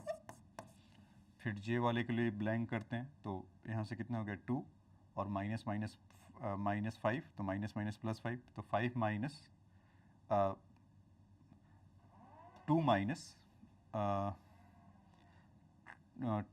माइनस उसको +5 हो जाएगा, तो 2 माइनस और +5 तो कितना हो गया 7, तो कितना हो गया -7j इसके लिए, j वाले के लिए। और k वाले के लिए अगर करेंगे तो 2 2 जा 4, तो कितना हो जाएगा 4k। ठीक है बच्चों, तो इसका मैग्नीट्यूड हमें चाहिए होगा, तो 1/2, तो इसमें अगर आप देखेंगे तो 10, 100, 49, 149 और 4, 16, तो कितना हो गया 165 इस तरह का, तो ये मिलेगा। तो इसका इतना स्क्वायर यूनिट होगा। तो खैर वो इम्पॉर्टेंट नहीं था, ये तो आप जानते ही हैं। इम्पॉर्टेंट ये था ये कि अगर 3 पॉइंट गिवन है ABC, तो उसमें अगर हमें ट्रायंगल का पॉइंट गिवन है तो ट्रायंगल का अगर साइड चाहिए तो AB, तो कहीं से भी ले लिया AB, तो आप चाहो तो इसको चेक करने के लिए आप अपना BC लीजिएगा और CA लीजिएगा, it will B same answer आएगा। तो B से C की तरफ मतलब वही कि फाइनल माइनस इनिशियल, इस केस में मैंने किया हूँ AB, तो 1 - 3 किया तो -2i, -1 -1 -3 -2 तो -5, मतलब फाइनल माइनस इनिशियल जब भी अगर हो, इस तरह का कॉन्सेप्ट आप ऐसा समझ लीजिए कि अगर कोई पॉइंट यहाँ पर 1 है और कोई पॉइंट 2 यहाँ पर है, तो इसका ये फाइनल है और ये इनिशियल है। अगर 1 to 2 अगर पूछ रहा है, यस नेमली A और B दिया हुआ है, तो आपको AB निकालना है, तो हमेशा B का -1 का करेंगे तो आपको मिलेगा। ठीक है, अब आइए नेक्स्ट क्वेश्चन में चलते हैं। Correct if the A and B the such that magnitude of A magnitude of B और A क्रॉस B का वैल्यू ऐसा गिवन है, तो find the angle between A and B। ठीक है, तो A और B का मैग्नीट्यूड गिवन है और A क्रॉस B का है। हाँ, तो अब ये सब थाली में जैसे कहते हैं ना सजा कर दिया हुआ है, तो हमें प्लेट में सजा कर दिया हुआ है, तो हमें अब डॉट प्रोडक्ट और उसके लिए नहीं है। तो find the angle between A and B, क्योंकि क्रॉस प्रोडक्ट उसका सेल्फ गिवन है। तो तो साइन थीटा के पास जाते हैं, तो साइन थीटा क्या होता है, magnitude of A, magnitude of b, sorry a cross B का मैग्नीट्यूड और magnitude of A, magnitude of b.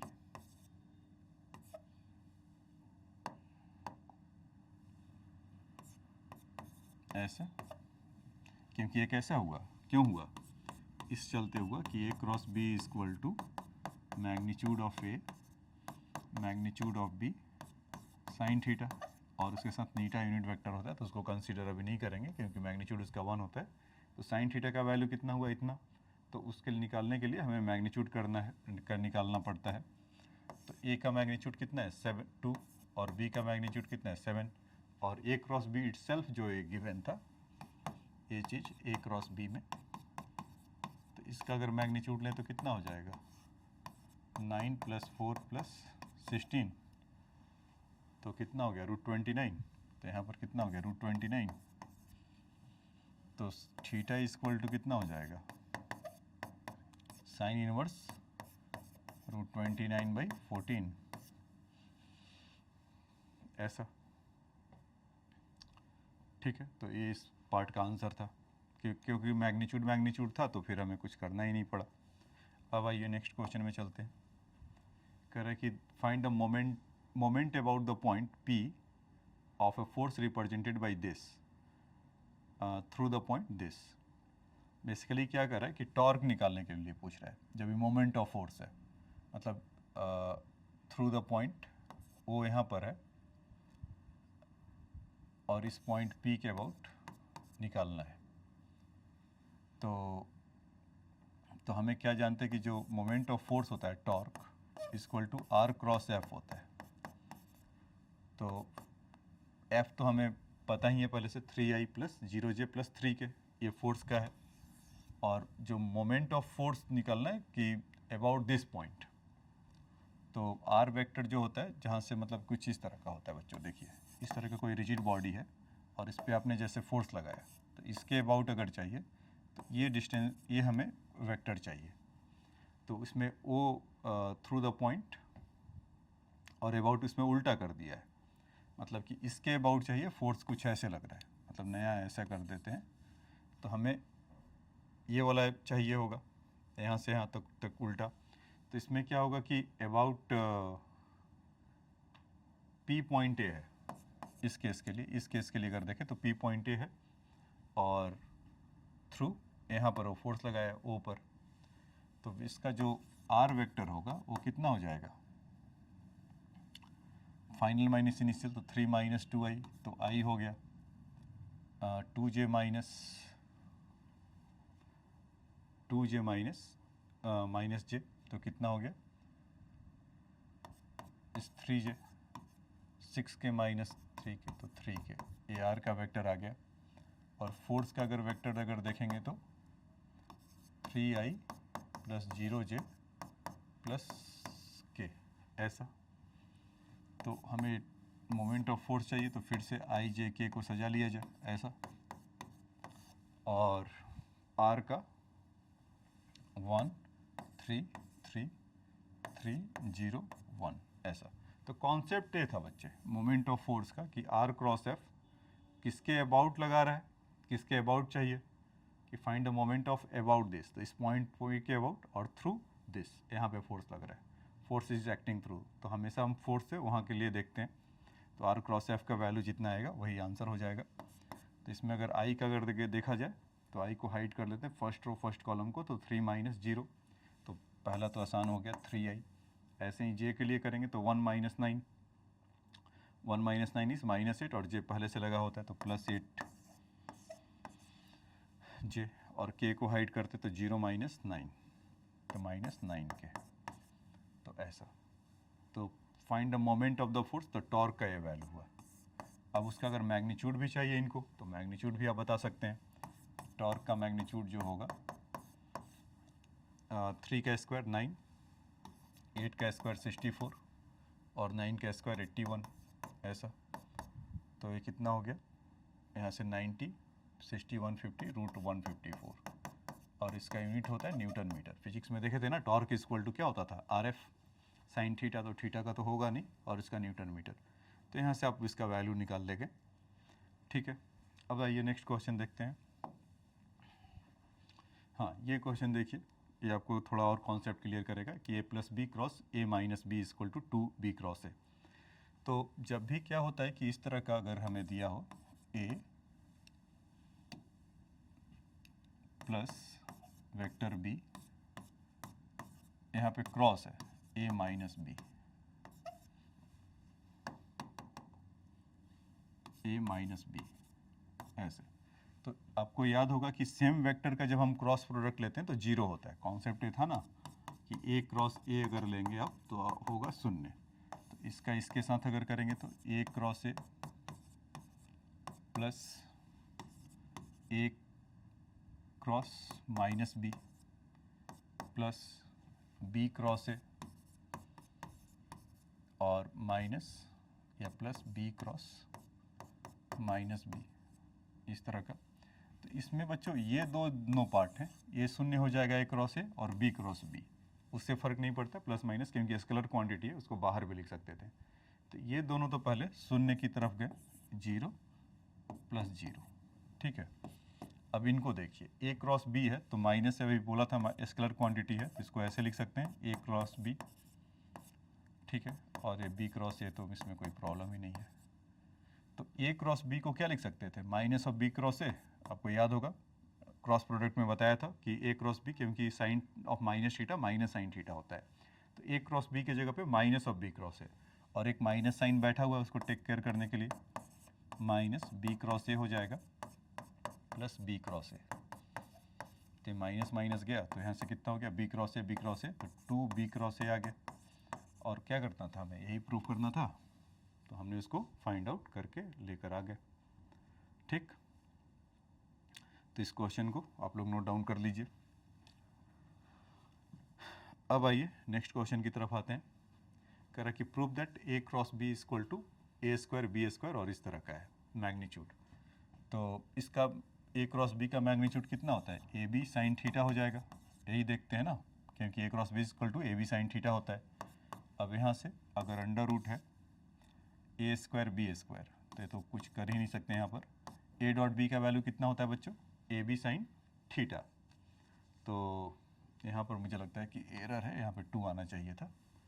तो a डॉट b है तो A B sine theta, A B cos theta, तो A square B square cos square theta हो जाएगा। अब यहाँ से आप ए स्क्वायर बी स्क्वायर को बाहर ले लीजिए, तो बाहर कितना आएगा ए बी, मतलब अगर पूरा लिए तो यहाँ क्या बचेगा 1 माइनस कॉस स्क्वायर थीटा, और ये तो बचपन से जानते थे 1 minus cos square theta is sine square theta, और एक रूट बैठा हुआ है वहाँ पर साइन थीटा को पूरा इस तरह से बनाने के लिए। तो आ गया ना a B sine theta equal to A B sine theta. ठीक है, नेक्स्ट क्वेश्चन आइए चलते हैं कि a cross b, find a cross b if a और b इतना है और a डॉट b का वैल्यू इतना है। तो उसमें क्या होगा कि a क्रॉस b का मैग्नीट्यूड चाहिए, तो a क्रॉस b का मैग्नीट्यूड चाहिए तो हमें क्या चाहिए होगा, ए बी साइन थीटा पूछ रहा है इसका बच्चे, इसका वैल्यू, और यहाँ से a डॉट b का वैल्यू दे रखा है, तो कॉस थीटा इक्वल टू क्या होता था, a dot b upon magnitude of a magnitude of b, ऐसा बच्चों। तो a डॉट b का रेडीमेड वैल्यू कितना है 12, और a और b का 10 और 2 है, तो 10 और 2 यहाँ पर कर लें, तो कितना आ गया ये 3/5, ऐसा। कॉस थीटा का वैल्यू 3/5, तो अगर कॉस थीटा का वैल्यू 3/5 है तो ट्रायंगल यहाँ से हम बना के बोल सकते हैं ना, 3a हो गया, 5a हो गया, तो ये 4 हो गया, और ये थीटा हो गया। तो साइन थीटा का वैल्यू कितना हो जाएगा बच्चों, यहाँ से इस 4/5, ओ 3/5 है। ठीक है, देखिए यही होता है, जल्दी जल्दी में अगर आप हम रहते हैं तो गड़बड़ी हो जाता है। तो सब कुछ आंखों के सामने हो रहा है और फिर भी गलत निकल कर आ जा रहा है। देखिए, तो यहाँ पर ये 3 थे, तब ये हो गया 4, लिखा सही है 4/5। तो ए बी साइन थीटा का वैल्यू पूछा है, मतलब magnitude of a cross b, हमें ए चाहिए था, तो ए का वैल्यू फिर से 10, बी 2, और साइन थीटा इज़ 4/5। तो कितना हो गया बच्चों 16, क्योंकि 20 और 5 4 जा, तो 4 4 जा 16 हो जाएगा, तो 15 नंबर का ये देखा हमने। अब देखिए इसके बाद नेक्स्ट कह रहा है कि ए का वैल्यू है आई, बी, सी इतना है, फाइंड ए क्रॉस बी क्रॉस सी। तो देखो बहुत ही बेसिक क्वेश्चन है इसमें कि अगर ए क्रॉस बी का जो वैल्यू निकल कर आएगा फिर उसके साथ क्रॉस प्रोडक्ट आपको करना है, तो आप इसको करिएगा। अगर प्रॉब्लम अगर होगा तो इसको,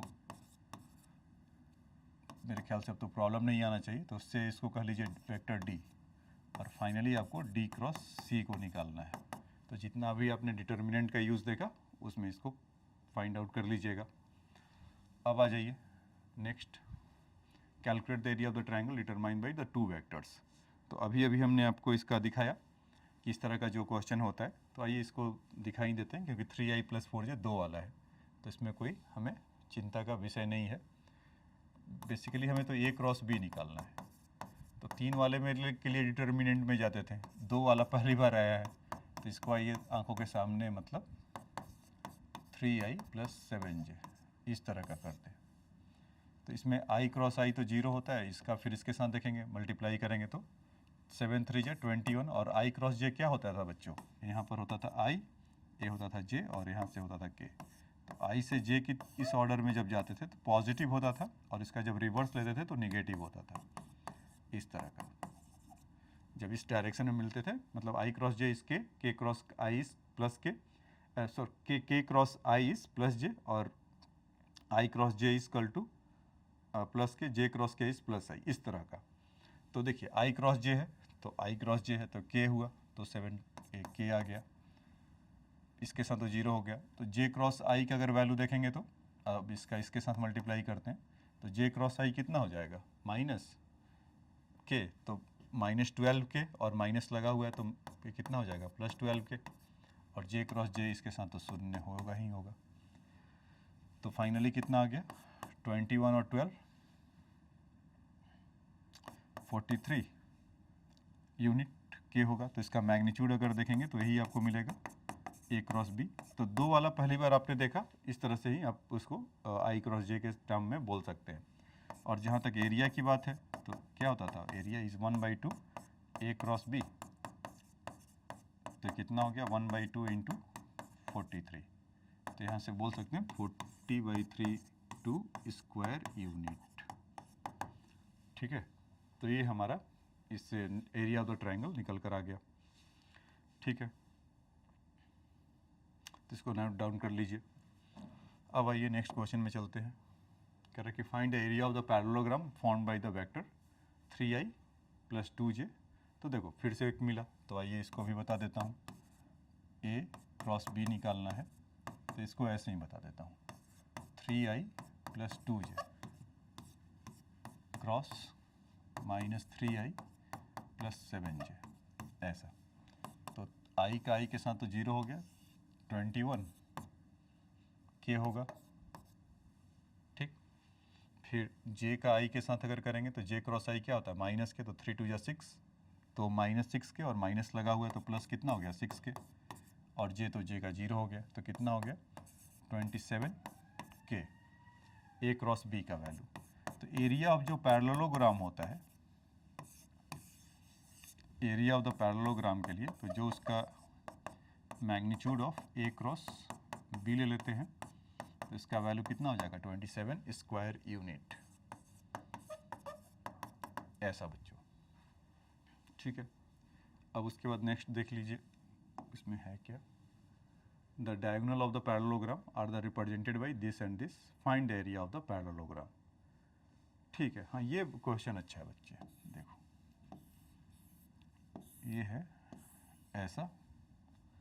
तो बेसिकली क्या है कि वेक्टर a और वेक्टर b मिसिंग है, उसके जगह पे r1 का वैल्यू दे रखा है। तो हम इसको क्या जानते हैं, a + b का वैल्यू यही होता था ना, r1 जो इसका रिजल्टेंट होता था, और दूसरा जब उधर से लेंगे मतलब इस साइड से लेंगे, तो उसमें अब वेक्टर मान लीजिए कि ये वेक्टर b था, तो वेक्टर b तो यहाँ पर a भी है, अभी a से इधर था तो ये -a हो जाएगा इस वाले के लिए। तो यहाँ पर क्या होगा कि यहाँ पर r2 वाला जो अगर वेक्टर देखेंगे तो उसके जगह पे आपको वेक्टर b - a गिवन है। ठीक है, तो वो पीछे क्वेश्चन एक क्या किया था ना कि जैसे मतलब यहाँ पर इस तरह का जब क्वेश्चन होगा डायगोनल वाले के लिए, तो r1 का वैल्यू आप चाहो तो ऐसे लिख लो, वेक्टर b + वेक्टर a का वैल्यू गिवन है, और R2 का जो वैल्यू है vector B minus vector A का वैल्यू है, इस तरह से। तो एरिया ऑफ पैरेललोग्राम के लिए क्या होता है बच्चों, A क्रॉस B चाहिए होता है। A और B निकालना तो बहुत आसान है, इन दोनों को ऐड करिए, A गायब हो जाएगा, तो 2B इक्वल टू दिस, 2 से डिवाइड कर दीजिएगा। एक क्वेश्चन एग्जैक्टली ऐसा ही लिए थे, इसीलिए सब क्वेश्चन आपको स्टार्टिंग में बताया गया था कि A प्लस B का वैल्यू इतना है, A माइनस B का वैल्यू दिस वेक्टर है, तो अगर ऐड करेंगे तो क्या होगा, माइनस करेंगे तो क्या होगा, मीन्स सिंपल अलजेब्रा है। तो वहाँ से A और B का वैल्यू आप निकालेंगे तो आप उसको वहाँ से फाइंड आउट कर सकते हैं। तो ये बेस्ट क्वेश्चन था, इसको जरूर उसको नोट डाउन कर लेना, ऐसा क्वेश्चन आपको मेंस में मिल सकता है। अब लाइए लास्ट क्वेश्चन देख लेते हैं। कर है कि नहीं, ये लास्ट क्वेश्चन नहीं था, लास्ट क्वेश्चन बच्चों यही था। ठीक है, तो हमने इसको देखा समझा कि इसमें वेक्टर के लिए क्या होता है। तो वेक्टर को हम यहीं पर अब समाप्त करेंगे कि जितने भी क्वेश्चन हो सकते थे हर टाइप का क्वेश्चन हमने लिया। इरोडोव के भी क्वेश्चन हमने डॉट प्रोडक्ट में देखा। तो अब हम जब नेक्स्ट क्लास में जब मूव करने जा रहे हैं तो उसमें हम मोशन इन प्लेन का एक्चुअल अब देखने को मिलेगा, उसका एप्लीकेशन, मतलब 2D डायमेंशन मोशन क्या होता है। तो उसमें होता क्या है कि 1 और 2 डायमेंशन को एक साथ सम अप कर देंगे, और 2 डायमेंशन में जब नेक्स्ट क्लास में जब मिलेंगे तो 2 डायमेंशन में हम आपको इन जनरल बातें बताएंगे और फिर उसी का एग्जाम्पल देकर प्रोजेक्टाइल मोशन की तरफ चलेंगे। तो प्रोजेक्टाइल मोशन कैसे होता है, नीरज चोपड़ा वो देखा है, नाम सुना होगा, अभी वो भाला फेंकता है तो उसका पाथ रिट्रेस करो। बैट्समैन अगर 6 लगाता है तो कैसा होता है, सिक्सर, पैराबोलिक पाथ होता है। तो हम उस तरफ अब जाएंगे। अगर कोई एरोप्लेन है बम ड्रॉप करता है तो उसका पाथ कैसा होगा, पैराबोलिक। तो वेक्टर वाले के यहाँ से समाप्त करते हुए अब हम लोग मोशन इन प्लेन में चलेंगे। तो आप उसको नेक्स्ट क्लास में उसको ज़रूर वॉच करिएगा। आज के लिए इतना ही। Thanks for your time.